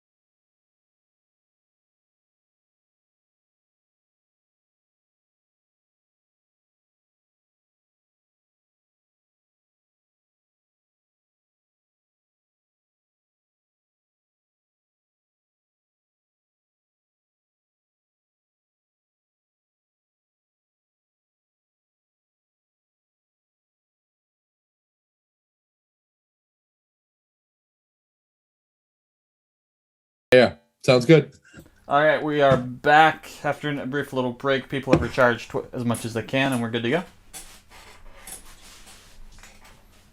All right, so because they are Karina's minions now, yep. I'm going to name them after the minions. So the kobold's name will be Kevin, and the goblin's name will be Bob.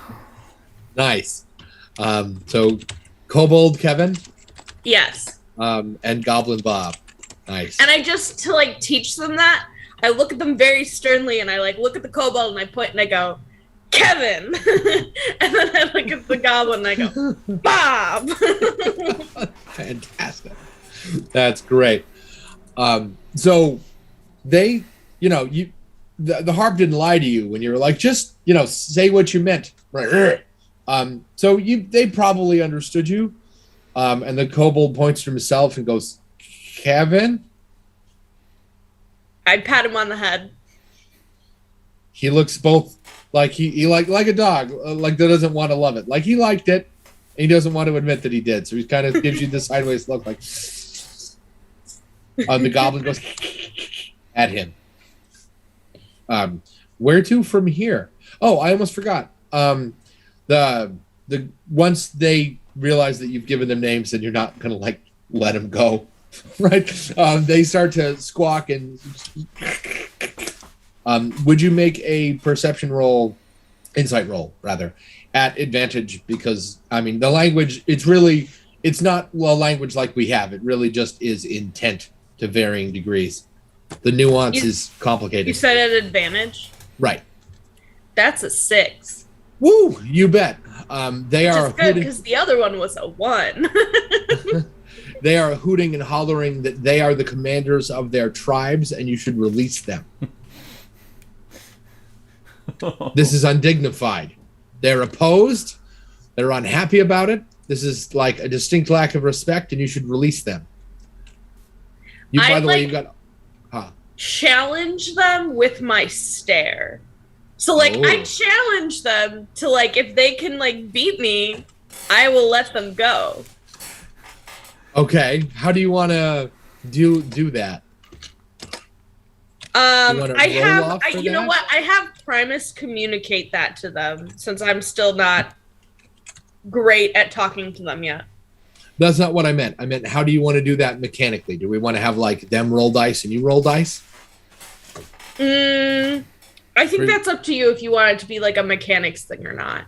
Essentially, Karina is just going to set them on the ground and give them the opportunity to try and kill her. With their bare hands. And if they can't do it, then they have to stay with her. Because her plan is to make them like each other through traveling with her, and then eventually she'll bring them back here, and they'll like each other, and they'll have to convince their whole... I see. So when you put them down, and you express to them the challenge, they look at each other, they look at you, you watch them add up that even if they worked as a team, there's no way in hell, right? And they just sort of hang their heads and walk back to you. I have 2 pouches that I'm wearing, yeah, and I just I open them up and I put Kevin on one side and Bob on the other. Nice. So you have traveling like monkeys in a sidecar. Gobbo's got a talking harp that he wears like a bandolier. Click is a bug, and Taika is a cat. This is quite the group you've got. A whole ass kid. Yeah, right. He's got a human child. That's not my kid. Okay, don't tell me I have a whole ass kid.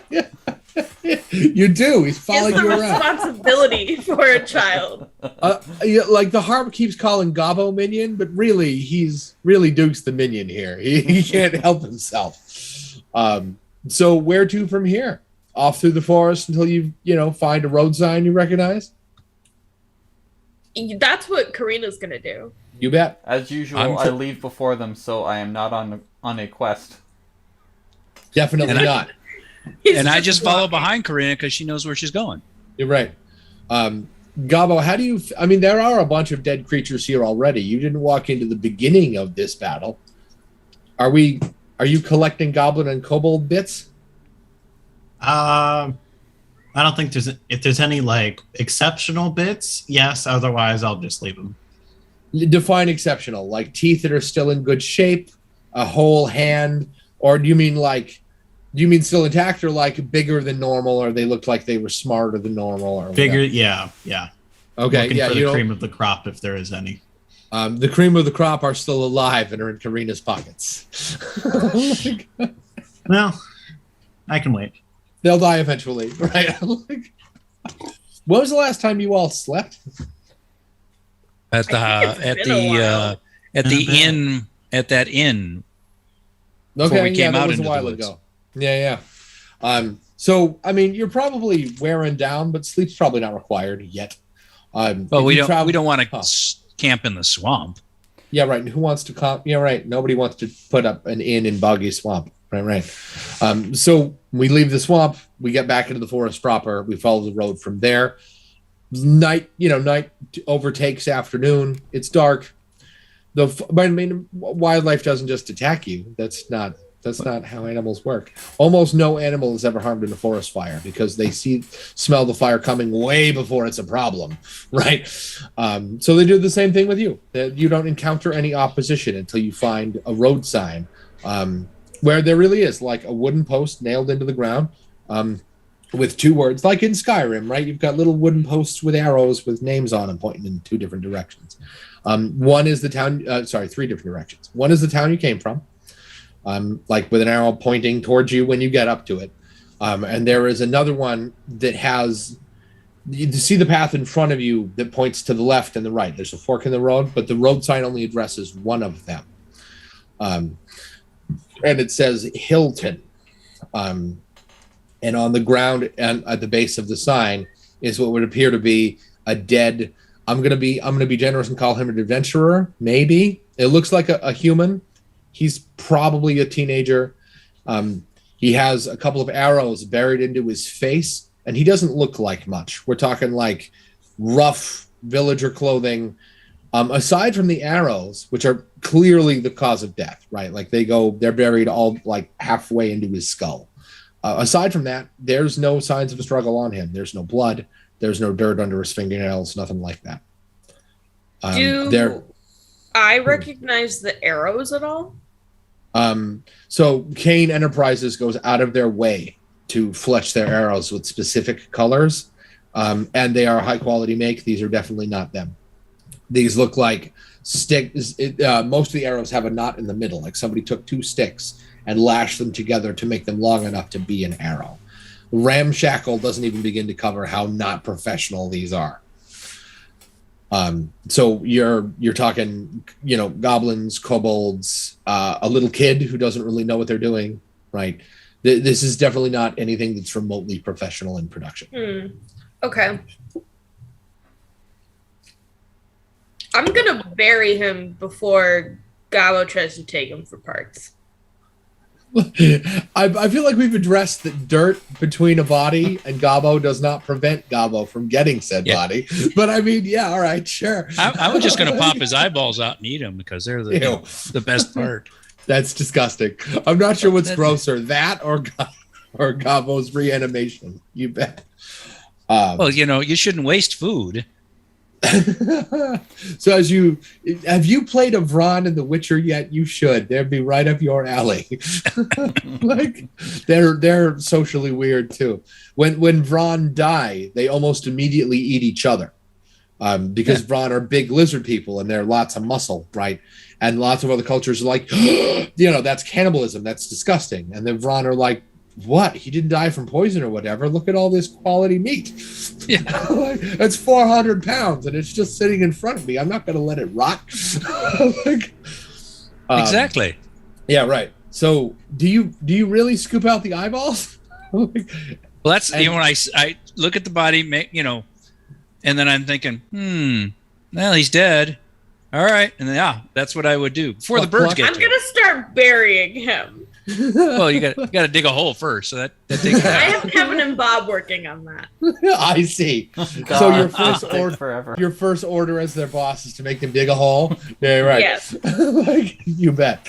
They look at each other like, she's gonna kill us. We're digging our own grave. Like, so they dig the hole. Duke will just start to help them. Aw. They look confused, but they don't turn you down. Click. He recognizes fellow minions. Apparently, Click isn't going to get to eat the succulent eyeballs. Poor guy.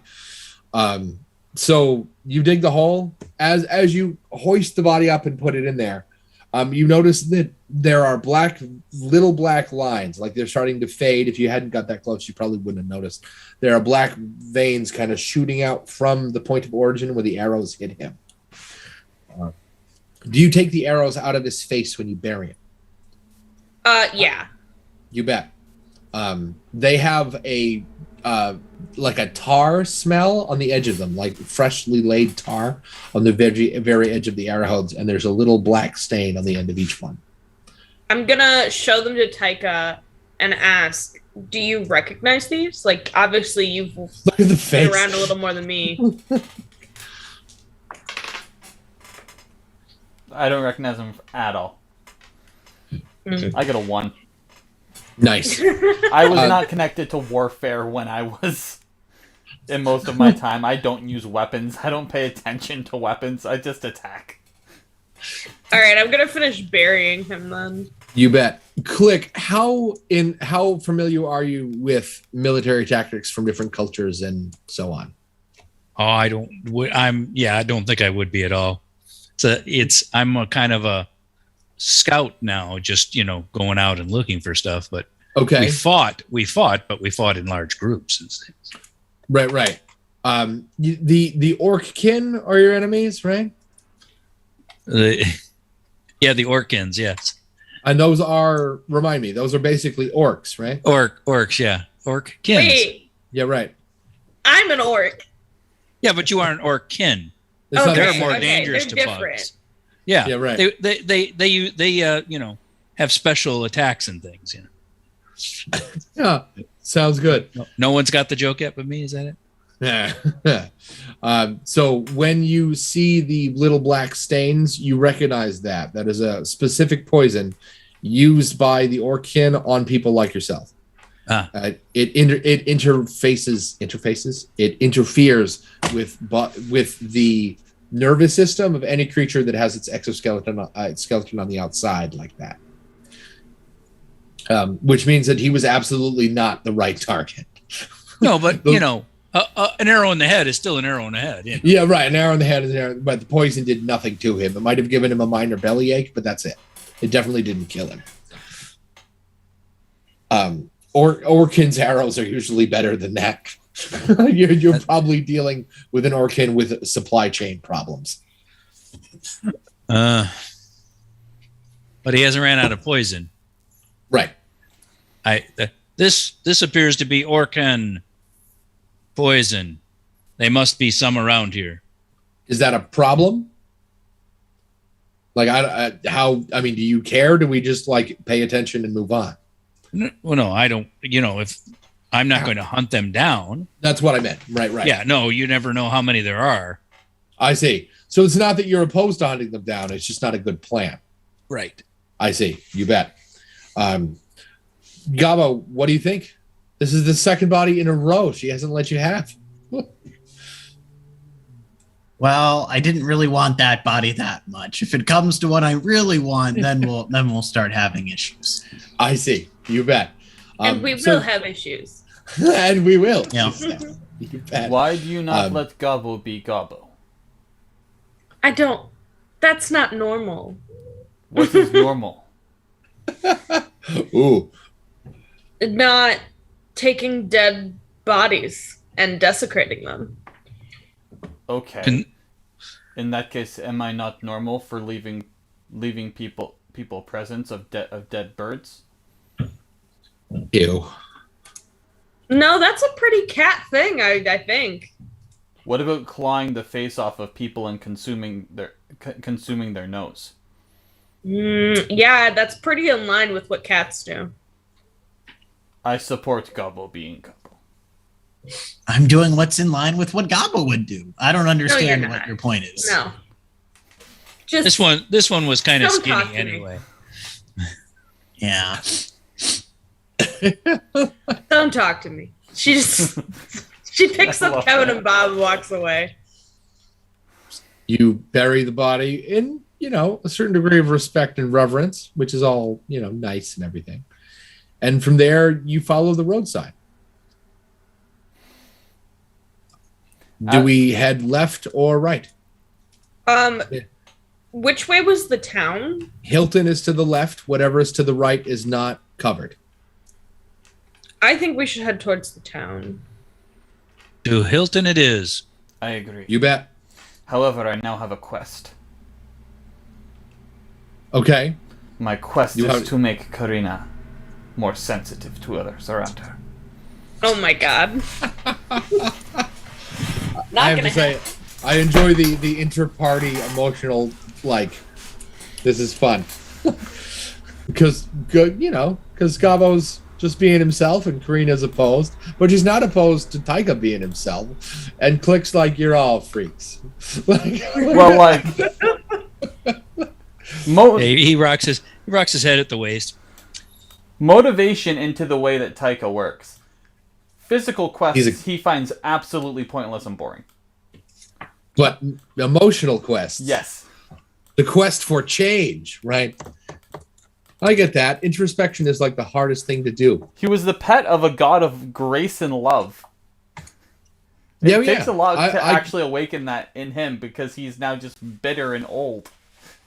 I can deal with physical pain all day. Emotional pain, I deal very poorly with jealousy because I almost never experience it. So when I do, I have no practice. So I become an obnoxious 4-year-old like that.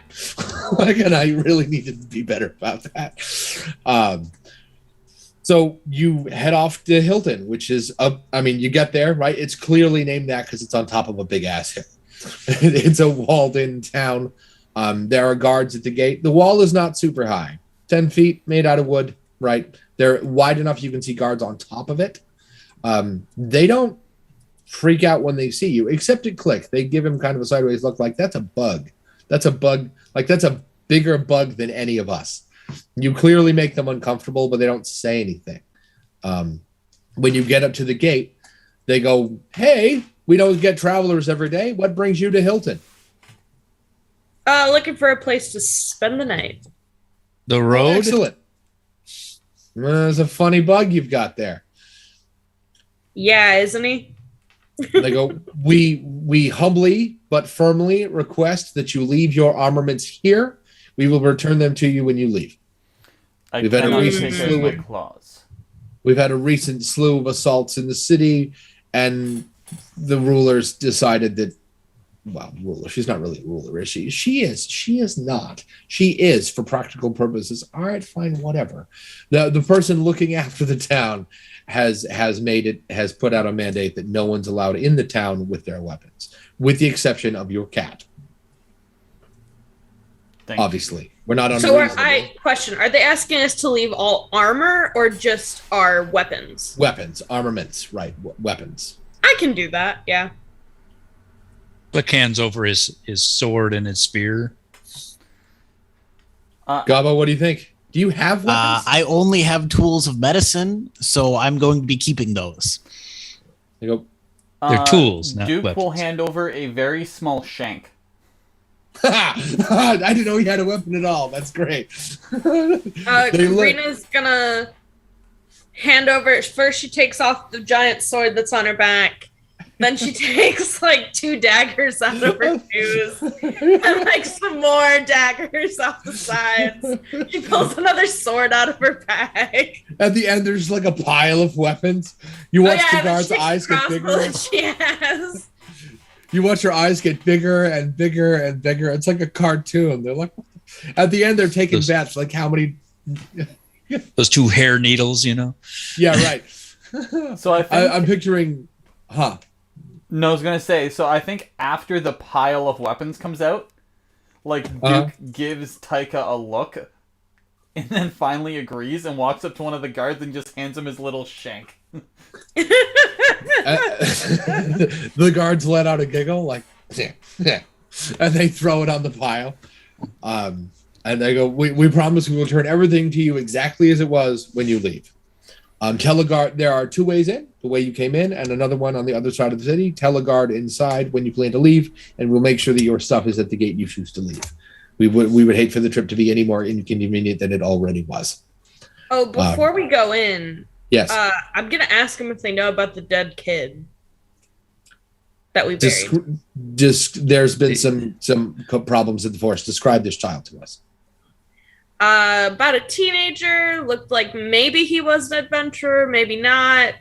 Arrows through the side of the skull. Oh. He definitely looked like he was a villager, maybe came from here. They look at each other, they look nervous, and they go, "Thank you for this information, and we will be sure to share it with the Countess." And they open the gate. They don't usher you inside or anything. They don't put their hands on you, but they open the gate in motion. I will go inside. You bet. The town is a fairly, for being a town in the middle of the forest, it's a fairly bustling place. You see lots of merchants hawking this and that. There's lots of smells that don't look like they belong here, right? That wouldn't be here if it wasn't for the town. There's fish, there's spices, there's bread. There's a big trade center in the middle of town. And it looks like the town is built sort of around the central square. You've got what are clearly residential buildings over there and some more businessy industrial things over here. You see a sign with what looks like a vial that looks like it's been shattered, right, broken all over the place. And it says the explosion of alchemy. And then there's a smith, right, that has a hammer that also looks like it's been cracked in half. That says the shattered hammer, right? And the whole place is very wooden, single story, right? It's what you picture when you picture a medieval town. With the exception that I really can't stand the trope that torches were the medieval standard, because they weren't. So instead, everybody has what they actually had at the time, which is candles. So there's a lot of candles everywhere, including with the guards on top of the tower, on top of the wall. They have candles attached to their belts and crossbows, and they are pointed into the forest. They don't pay you any mind, but they did when you came up the path. They looked at you, dismissed you as a threat, and then swung their vision back up into the trees. The whole town, while very busy, the people look like they're busy in trade. All the military presence, which is like 2 to 1, there's a lot of them. For every 2 citizens, there's at least 1 guard. They all look very tense.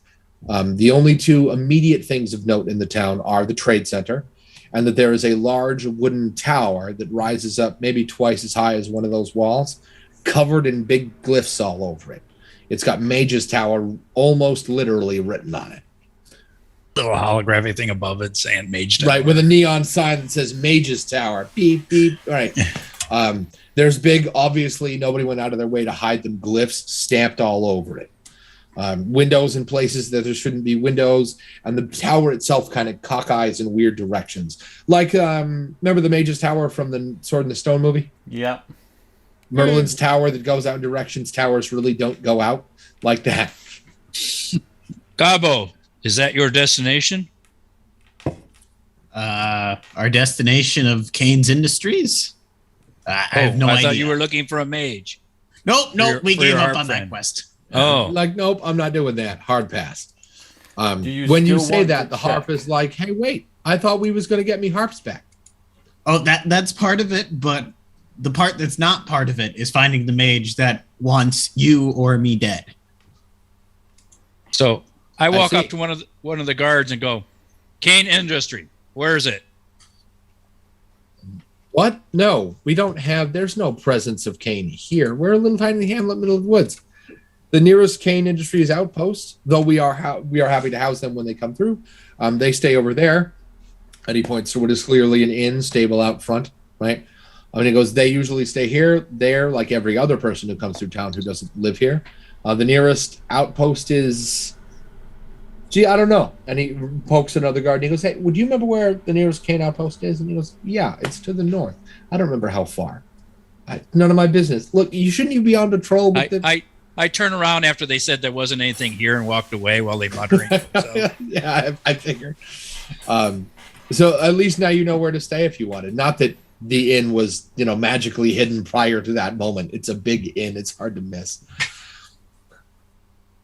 What now? Here you are in the town. The people you seek aren't here. children gather around Taika and attempt to pet him. Duke looks jealous and a little irritated. I don't let and them. a little offended.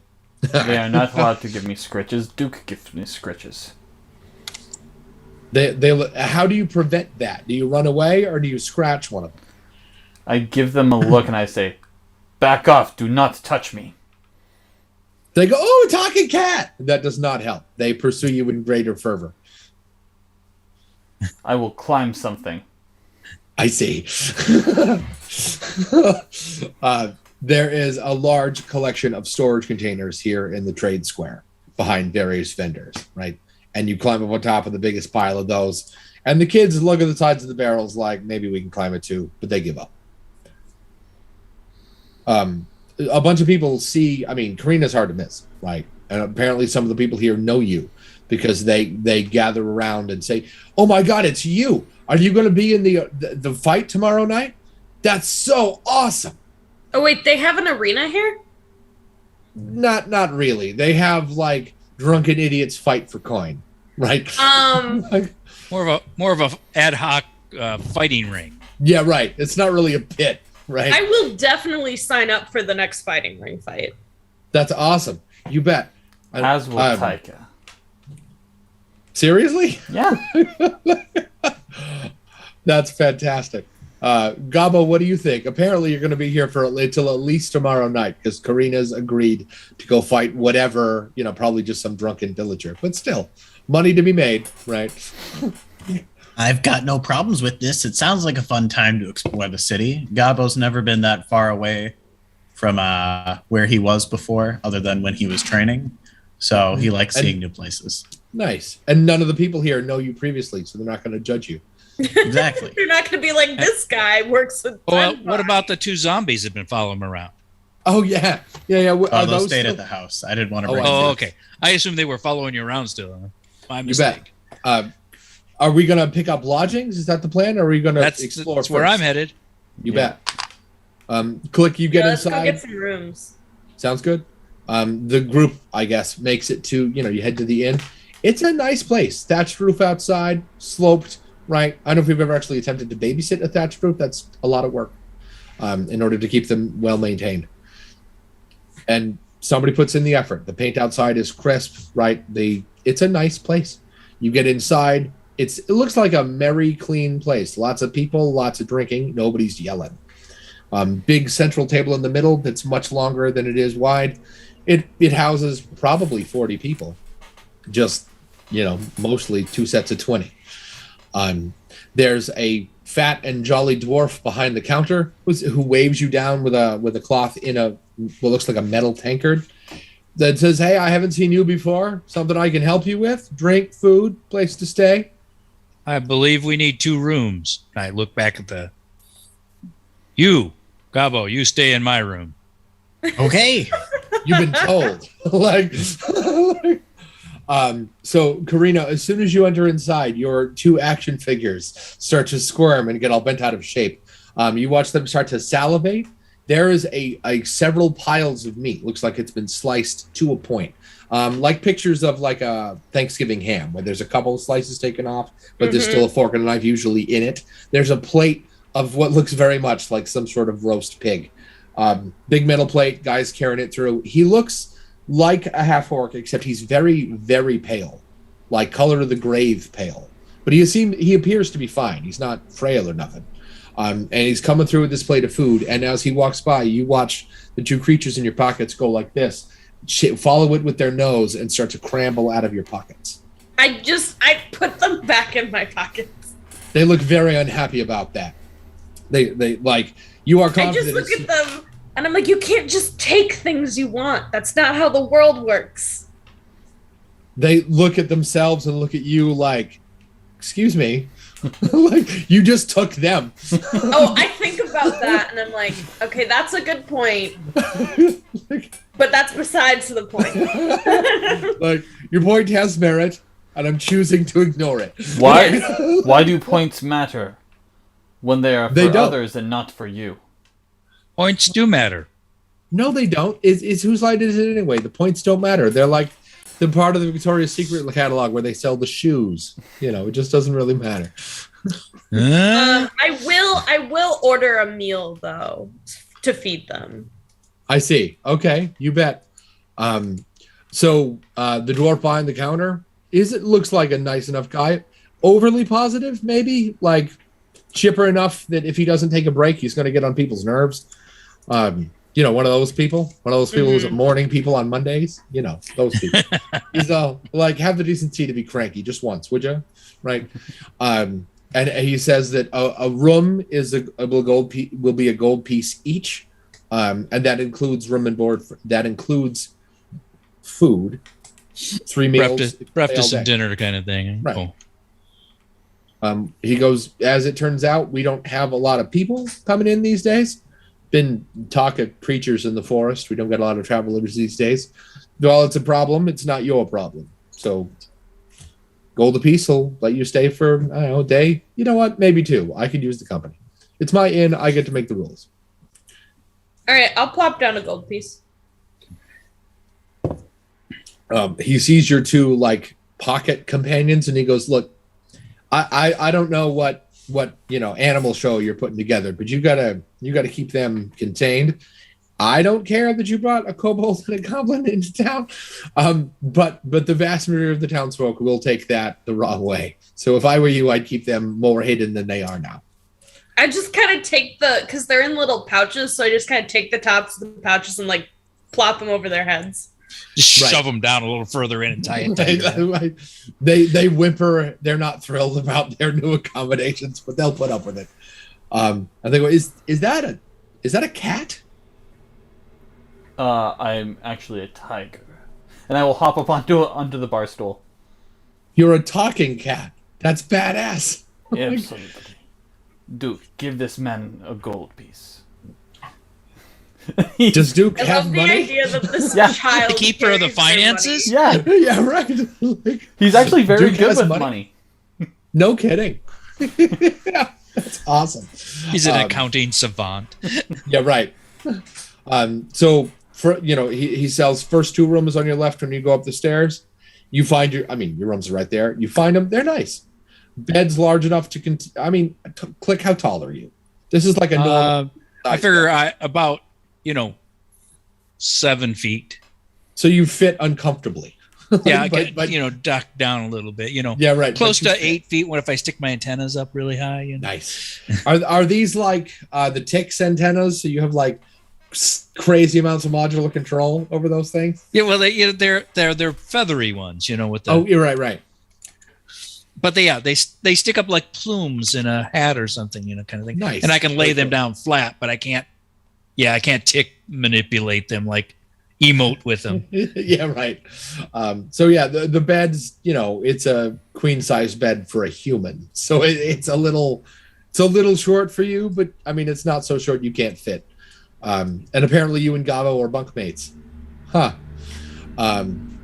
There's 2 rooms, right, that look pretty much the same. Bed, there's a cabinet to hold your cabinet. There's a dresser to hold your stuff. There's a mirror in each of them, small, sits on top of your desk, that kind of thing. It's your average hotel room, just without electricity. Also, you don't get your own bathroom. And do we go to bed now, or do we go poke around the town some more? What time is it? Late afternoon. Oh, we don't go to bed yet, or at least Karina doesn't. You bet. Click goes down for his meal. That's You bet. It's a fairly comprehensive inn. He asks what food you would like him to bring. He says, we got some veggies soup in today. Made it myself. The hunters came through recently. We've got a fair amount of animal meat. We got bread, if that's your thing. Can I get some of that pot roast that came through earlier? Oh, yeah. The ham shank special. Yeah, you bet. And they bring you 2 large hunks of what looks like slightly burnt ham with some sort of glaze on the outside. I take 1 whole chunk, cut it in half, and then put 1 to Kevin and 1 to Bob, like in their little pouches. Yeah, shove them through the hole in the top. Yeah, right. So other people are watching you rip off and just shove meat into your pockets. Yeah. That's weird. And then the smacking sound. Yeah, right. Yeah. You're right.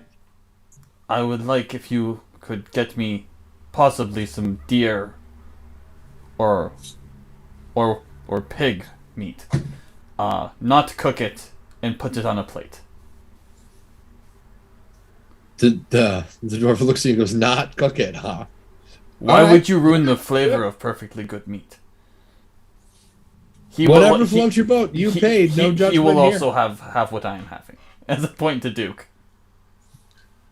Let me get this straight. You're a paying customer. No shade. I just want to make sure I understand this. I'm supposed to bring you and what I presume is a human child uncooked meat. Indeed. Thank you very much. Karina just kind of looks at the dwarf and goes, "It hasn't killed him yet." All right. Like I said, no shade. You paid. And he comes back with like big old chunks of raw pig meat and a saucer of milk. Thank you for your milk. And we will both ferociously eat. Yeah, I'm picturing little bits of meat end up all over the floor. You got it on your face, right? I clean it up though. Like I don't care. Yeah, of course. Dirt. I make sure it's clean. Yeah. Like, he's That's cat. a dog's job. Yeah, right. Gobbo, do you order anything specific? I don't think there's any crazy food he likes. So we'll go with the sandwich for now. You bet. I order order meat, honey, bread, and beer. I was kind of expecting something weirder than that. Like he brings you a totally normal plate of what I imagine is medieval fare, right? What He takes the meat though and like dips it in the honey and eats it that way. That's He still knows not what he super likes from weird. society. No, not really. No. Yeah, like What What, do Karina? like clicks people normally eat? Like, is that kind of food just what they do eat? Yeah, I mean they're farmers and cultivators, and they eat basically what they kill, kind of thing, which could be okay. bugs or people or other things. you bet. Other things. We eat each other. That's what it takes. Right. Yeah, people die in war or old age or something. Yeah, it happens. So as you settle down and eat your food, lots of other people are doing the same thing. Everybody's kind of minding their own business. Though you do notice that you get a couple of side eyes from a guy over in the corner, and every time you notice, he like tucks away again. Like he's definitely not. He definitely doesn't want you to know he's eyeballing you, and he's doing a terrible job of making sure making that happen. He looks kind of like he's got that worried parent look on his face, like he's all right. And he looks probably 40-something, human. Looks like life's been hard to him. Lots of wrinkles layered in the flesh, that sort of thing. The kind of paling of the face that no amount of sleep is going to fix. Taika will approach. I just turn around and stare at him. At one point, he stopped staring, and then he'll start again and notice you just kind of, and he'd be like, and he'll move seats. He'll get farther away from you. At that point, Taika will walk over and sit beside him. He goes, "Hey, little fella," and he'll reach out and go to give you scritches. You slap him, and he goes, "Hey, all right, I'm sorry." You do not have permission to give me scritches. Wait, you can talk? Why Holy crap. are you Hey, looking guy, look at this. us? I'm not looking at you. I'm looking at him. Why are It's you a looking bug. at it? He's a 7-foot insect. Do you have a problem with that? What? No. I was kind of hoping he could, talk to his people for me. I'll get up on I'm the just- table and just put my paws on his head to look at him. What do you mean, talk to his people? You get uncomfortably close. Yeah. My breath also does smell like raw pork. Yeah, right. That's disgusting. And he turns a little bit green, and he goes, "Hey, look! Hey, whoa! Look. There's been reports of weird creatures in the forest, and I didn't want to really come across as judgmental or anything, but he qualifies as a weird creature. I kind of maybe thought that he could. Oh God, I'm being a jerk, aren't I? I'm No, sorry. You're being a coward. Walk with me." And I hop down. And he goes, wait. He goes with you, but he looks very nervous the whole time. Do you get him in front of Click? Is that the idea? 100%. Click. And he goes, This man wishes to ask of your services. he rubs the back of his head and he goes, look, I don't really know how to, Speak, there are- coward. There are bug creatures in the forest, and I thought you might be one of them. And I was kind of hoping I could talk to you about it, sir. He looks straight at him. He doesn't ever have to because he's got 270-degree vision kind of thing because of the eyes. But he knows humans like that, looking straight at your face kind of thing. Right. I love how you're doing him a favor. I imagine that makes Click look even creepier. Yeah. It's creepy as hell. Yeah. He looks at, what is it that you wish to know? Well, the hunters came back with reports of bug creatures in the forest, bits of carapace, feelers, that sort of thing.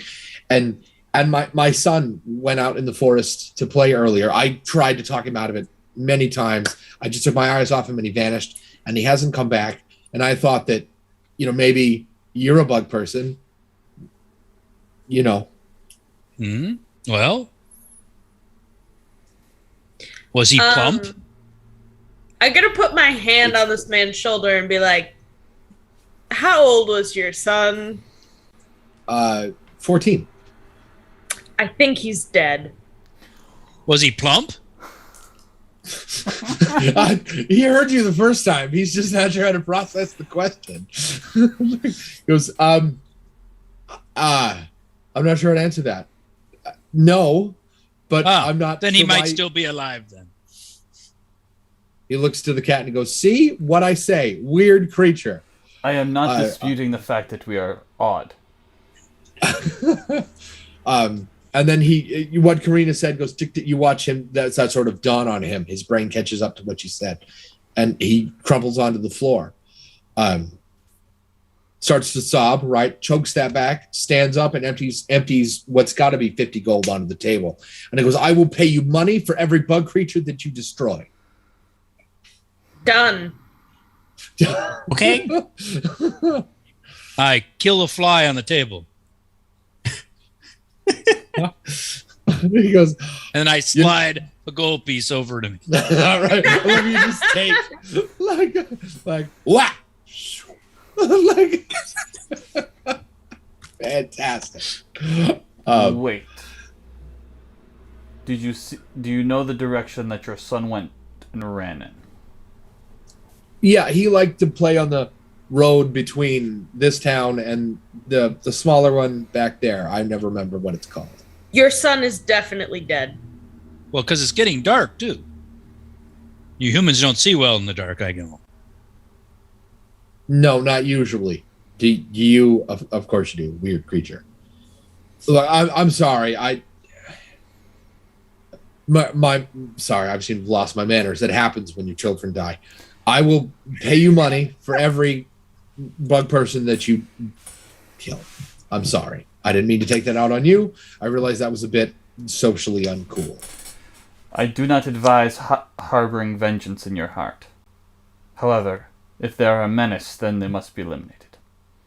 If it makes you feel better, yes, they're a menace. I'm not the only person who's had problems with the local bug creatures. Most of the Hunters Guild here has redirected as much focus as they can from hunting to feed the town to becoming makeshift fighters to go hunt the bug creature problem. So they are still hunting for food. Say again? You may give me one scritch. He scritches you once and then immediately presses his luck with a second scritch. I give him one claw that makes him bleed a little bit. Goes, all right, ow. One of those, I explained to him where I buried his son. He cries. He says, I thank you so much for the kindness. I don't know you. My son didn't know you. That was unexpected. And well, if that was his son, he was not killed by an insect creature. That's true. I mean, not necessarily. Can you wield a bow? Me? Yes, you. Yeah. The four-handed bow. Yeah, right.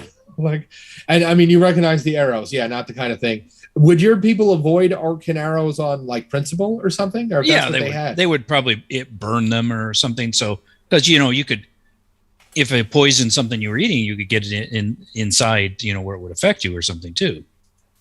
Sounds good. Imagine. You bet. So where to from here? I think. Well, Karina took the job, so she's gonna go. Yeah. Hunt these things down. I think before we leave, though. Just so you are aware, your son was not slain by bugs. What? How do you know? He had 2 arrows in the head. You said bug creatures. Yeah, I haven't actually seen one. You'd have to talk to the hunters in the lodge about that. Well, have they not brought ones back to eat? What? No. Just little bits of carapace, as far as I know, anyway. Little bits of... I've just heard what they talk about when they get drunk here in the tavern. Bits of carapace, feeler, that kind of thing. But no, I don't think they brought back a live specimen. Well, it seems a terrible waste. Are you suggesting they should eat the bugs? Yeah. Boil them. Meets the meat inside tender and steamed. Oh my gosh. Ugh. You're not a weird bug person. You're a weird person. You should talk to the town alchemist. You two will fit it right off. Karibu was a nice guy, a little odd. Well, if you are going out there, Karina, let me accompany you. I must continue my quest to make you understand the error of your ways of judgment. I just roll my eyes and keep going. You bet.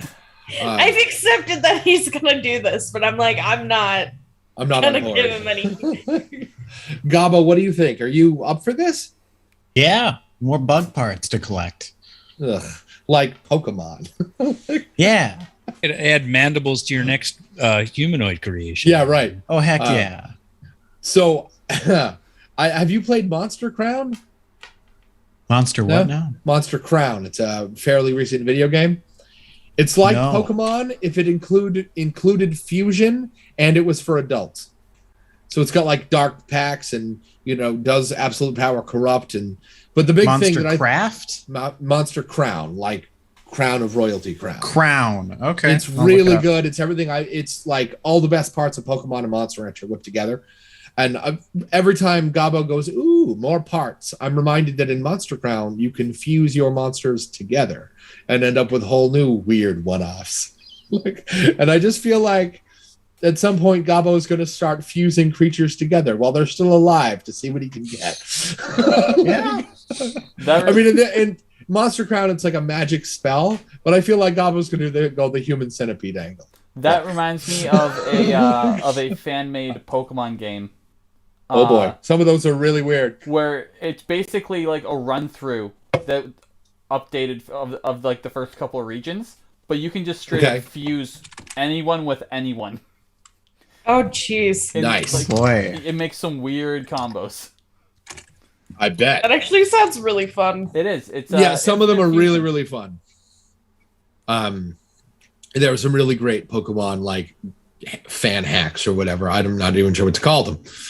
Anyway, so from here is the plan to go off into the forest and fight, bug people? Indeed. Find and fight bug people? Yeah, you bet. However, Duke, being polite, will go up to the bartender and just do it. Thank you for the food. We're going to go kill bugs and leave with us. Oh, he talks? I don't know if I've had... the first time we've heard Duke talk. Yeah, when you pinned him down, he mostly just gave you shit. He was like, bah, bah, bah, bah, bah. Yeah. Right. And Karina didn't actually hear it because she just completely tuned him out. Right. She was like, yeah, whatever. It's also the fact, once he gets in trouble, he sort of gets back to a level head. I see.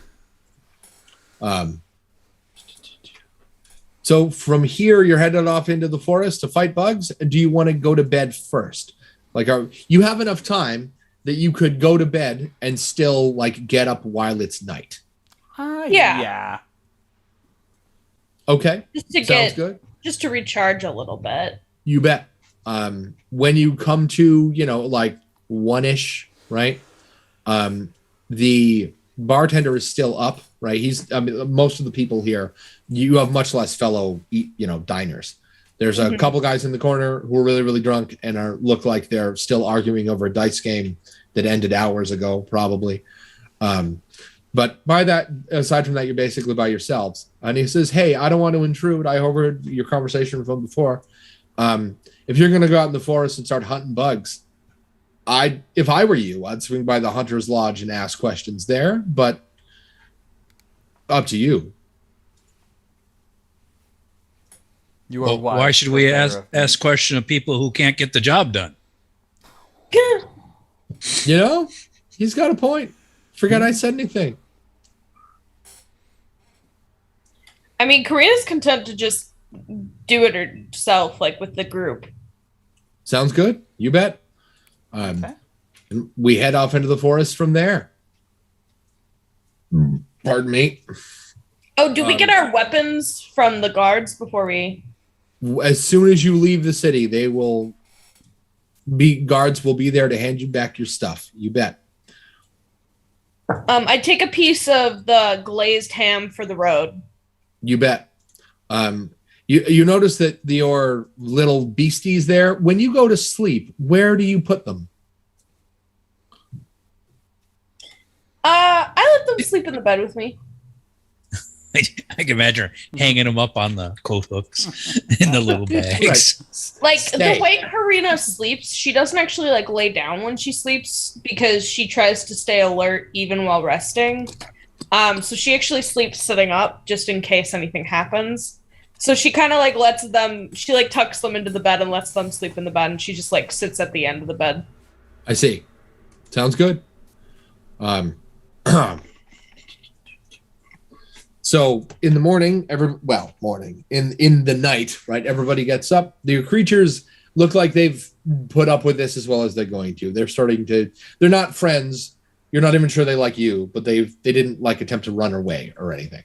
Mm-hmm. There are no scratches at the door. They didn't leave you an unhappy example of poop in your pockets or whatever. Though they do look like they, need to go. They kind of like in your pockets with their legs crossed, right? I take them to the bathroom. You bet.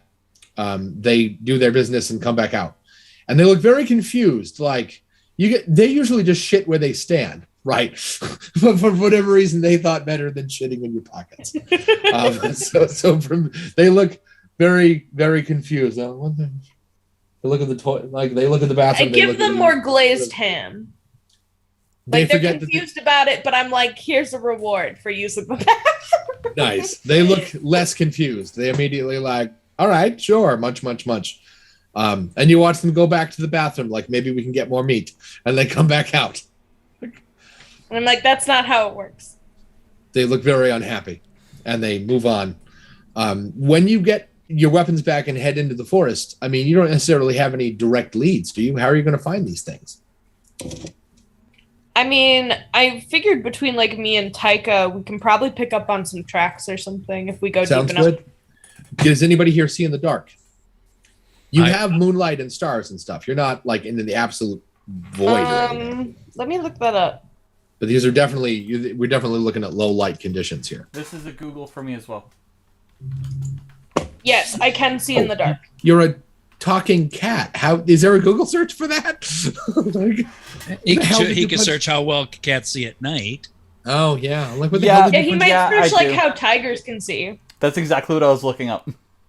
I see. I do. Gobbo, can you see in the dark? No. No.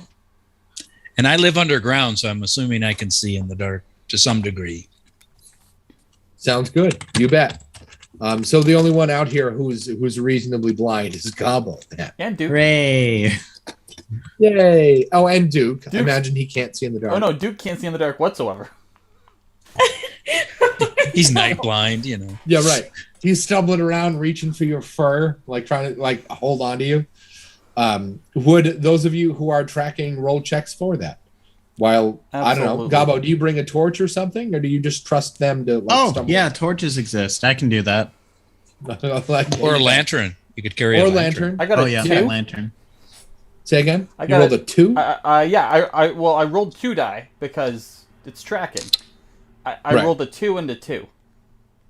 Nice. I got a 6. You bet. Click. Are you in on the hunting roll? No, I'm just following along with the group. You bet. Just watching the jungle the woods in general. Right. You Instead don't of see watching anything the ground. unusual. Right. Taika, you find a trail, you follow it, it leads you to a rock. I don't know if you tell anybody this, but you feel embarrassed, maybe. Maybe you don't. Maybe you're immune. This rock has a purpose. I see. Yeah. Honestly, Cat feel embarrassed about something? Never. Right. So Karina watches you break off on the trail. I mean, she's like, "What the hell are you doing?" Right? And she finds. I think in her head, she's like, "I thought this guy was supposed to be really good." He's obsessed with that rock. It's just like a shit covered rock. There's nothing special about it. As you look at him and go, oh, you find a little bit of carapace here and a couple of their footprints, but it's less like human footprints. It's more like somebody took a straw and set it onto a leaf many times. The little spindly footprints of bug legs. Following the trail from there is not difficult. You eventually follow the nest. You follow the tracks. It looks like the bugs can climb on trees because you find the nest, as it were, which is think like a tree wasp nest, the big layered thing. Only it's like 30 feet wide and up in the trees, and the trees look like they are built into it, or maybe the other way around. It's not hanging. It's more like it's wrapped around 4 different trees that go up into it. All right. I kind of look at Click and I'm like, does this look familiar to you at all? Like, because he's a bug, so he must know how all the other bugs work. Well, no, like he might have like interacted with other bug civilizations. Well, it's like, obviously a hive of some kind. You bet. Would you would you make a deduction roll or investigation roll, but at advantage? A 1 and a 1. Nope. Right. So you're pretty sure that it's a bug nest of some kind. Yep. I am most definitely sure it's a bug nest. Gobbo, what do you think? You're going by torchlight or lantern light? Lantern. And I can't really see far in front of me, just enough so I can see everybody else and follow them. You bet. So Taika, have you given up this rock thing, or are you still like sniffing around that while everyone else goes in a different direction? I'll follow back. I'll check it out later. You bet. Sounds good. I love how you're like, nope, it led me to the rock. The rock is important. Absolutely. I love it. Your nose would not give you a lie to you. Right, your nose would never lie to you. It's your nose. The rock is philosophically important. Yeah, right. No, the rock is actually important. Are we all not rocks in a forest? Right. So the hive, I mean, it's like if you took a wasp nest and rotated it, so it was horizontal instead. So you can walk into. Is it built on the ground? It's built maybe 10 feet up, and it's pretty wide. Several full-grown trees go through it. Entrance? There, you see a gap in the middle. So 15 feet in from either side, there's a black spot. A door, if you want to call it that. That's 10 feet from the ground and wide enough that the average human probably doesn't fit if they were grown up. It's not very wide. Do we see any traces of the arrows that we saw in that boy? No, but you do see lots of these like straw placed footprints. Go ahead. Gonna knock on the hive. You bet. Would everybody make a perception? Would everybody make a Constitution save at disadvantage if you have even reasonably good hearing? I rolled 2 1s again. As this awful cacophony of sound ripples out of it. I'm gonna roll 2d6 I got a 1. and a d4 because. Okay. Wait, is Taika there? Yeah. Or is he still by the rock? Yeah, Taika's come back with you. Taika's Gobbo, there. what did you roll? I got a 2. I'm giving myself a whole bunch of disadvantage because I'm a predatory cat out hunting. Gobbo, what did you roll? 1. Ooh. Yeah. I got a 2. So everybody rolled shit. Yeah. Yes. That's rough. So there is this awful cacophony of sound. Those of you who rolled 1s, The pain is bad enough that you don't go blind. You just shut your eyes from the pain. Your eyes probably still work. So those of you who rolled higher than that notice that a large collection of what look like orcs, but they're maybe 4 feet high, and they have these weird spiky growths coming out of them, like an orc and a cactus had an uncomfortable night at a Motel 6. Right? They gather around you with spears in hand, and the bows with arrows that you recognize from before, and you are surrounded by, comprehensively surrounded. We're talking like 15 orcs have gathered around you in a tight-knit circle. They look like they appeared out of nowhere. The ringing stops. You tap on the nest, and it's only there for a couple of seconds. And they... Wait, they didn't... Did they come from the nest? No. It looks like they came from kind of around it. Like it's a trap, right? You bang on the nest, and they came out from behind the trees. They notice Click, right? And they immediately open fire on him. Click, feel free to make a defensive roll, but you're already at disadvantage because you can't see very well. I got it. The odds should get in my favor since I rolled 4 1s in a row so far. That's not how math works.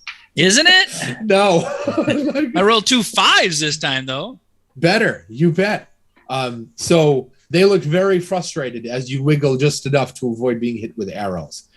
They run, and one of them steps forward, and it says, "We have no personal quarry with you. Hand over the insect, and we will let you go." I'm gonna grab that one by the neck. I feel like Click's not game for being handed over. So you grab that one by the neck, and the ones on that side of the circle turn their arrows on you, and they say, "Release him, or we will perforate you." Karina's not really worried about that because she does the arrows won't hurt her. Because they of her won't? because of her mutant skin. Okay, they don't know that. Yeah, they don't know that because Karina wears armor to hide it. Right. But she's like, "Why are you killing humans?" What? We're not killing humans. I found a human boy with your arrows in his skull. No, you didn't. You found a shapeshifter who happened to look like a human at the time we killed him.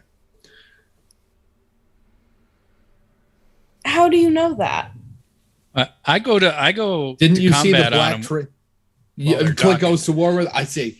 Yeah. The minute he drew this sword, and she starts talking. He starts going. So roll to attack at advantage. Their tension gives way a little bit. They have to split their attention between you and the scary barbarian woman who has their leader by the neck. If the fight started, then Then? Taika's also joining in. Yeah, bet. Roll to attack, same deal. Their attention is split. Gobbo, what do you think? I'm going to get out my saw in defense, just kind of waiting to see what happens. 5. You bet. 5, you bet. I got a Taika, 5 also.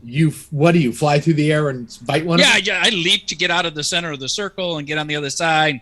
Hit, swing my 2-hander around. Right. So you go like that, and I'm turning into a face hugger. Nice. Right. So Click does this incredible acrobatic maneuver and drops, sweeps the leg, except it's more like sweeps the neck. Right, and he takes 3 of them to the ground, and Taika just and attaches to one of their faces. Taika, would you roll a Constitution saving?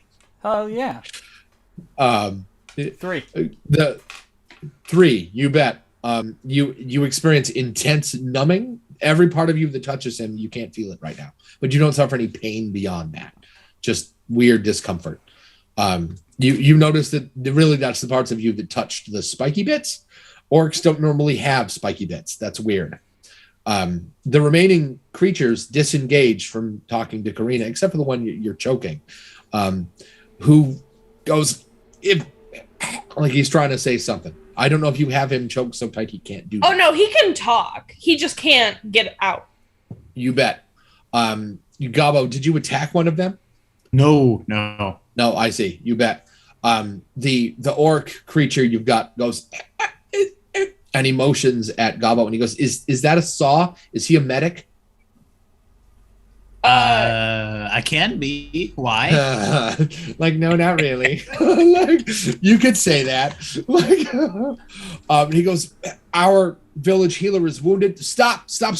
And he raises his hand and does a lot of this, and the other orcs lay off. And he goes, "Stop! If you're a medic, that means you can maybe heal our medic." What are they sick with? We don't know. They're the healer. We don't know. We rely on them. Okay, I'll give it a shot. Before I don't let him go yet, and I go, "Do I have your word that you will not attack Click?" If your friend can fix our healer, yes. I promise you safe passage, at least until the moment he tells us that he can't do it. I kind of look at Click to see if that's acceptable to him. I just sort of flick my sword and the blood off of it and put it away. All right, I let go of him. 3 orcs dead in less time it takes to say it. Yeah. I feel like Click's not concerned about it one way or the other. Like, he just effortlessly kicked these things' ass. You bet. You notice that when you went through when your sword hit the bony protrusions, it didn't go through like it's supposed to. That was much closer to rock than flesh. But I mean, they're still dead, right? And from there, the orc, do you put him down? When you say I let him go, I don't know if you meant you just kind of let off a little bit and then have him point, or if you actually let him go. I put him down. You bet. And he marches with the men gather, the orcs gather around you, but they don't threaten you. But you're definitely like being watched. Like, they gather around you in a circle and then move like that. You travel for maybe 20 minutes. It's not a huge trip to the orc nest. Click, what does an orc-kin hive look like? I would think more like you were going with the sort of wasp thing. How about a mud dauber, Adobe hut kind of things? Sounds good. You bet. On the way there, they apologize for the bug ruse. They suggested there's a shapeshifter or two among with the humans, and that the humans are hunting the bugs. If they made a bug style trap, the humans would pursue it. As you noticed, it's disorienting before it's anything else. They give you their word they have not been hunting humans, just the shapeshifters. When the sound hits them, they kind of wriggle. They kind of give themselves away. They bring you into the mud hut circle. Most of the orcs detach from the group at that point and form a defensive circle around it. There was already a defensive circle. Now it's just bigger. They bring you to, like they said, what looks like a very sickly orc. He has protrusions like they do, but it's much, much worse. They're much larger. And he's so the spikes are long enough that he's laid on a bed, and the spikes themselves are so large he can't actually touch the bed with his body. And he looks like his bone, like the spikes are huge and his bones are not. You can watch the spikes grow in real time. Like, you can see them get larger. And he goes, like he's in a lot of pain. He's cracking and squeaking. You can hear his bones snapping. And the leader that Karina was talking to, the leader that Karina commanded, like, suggests that he goes to Gobbo. He says, "Please do what you can. Save our healer." All right. Can I do a medicine check? Gobbo, isn't 100% confident in healing versus creating and stitching?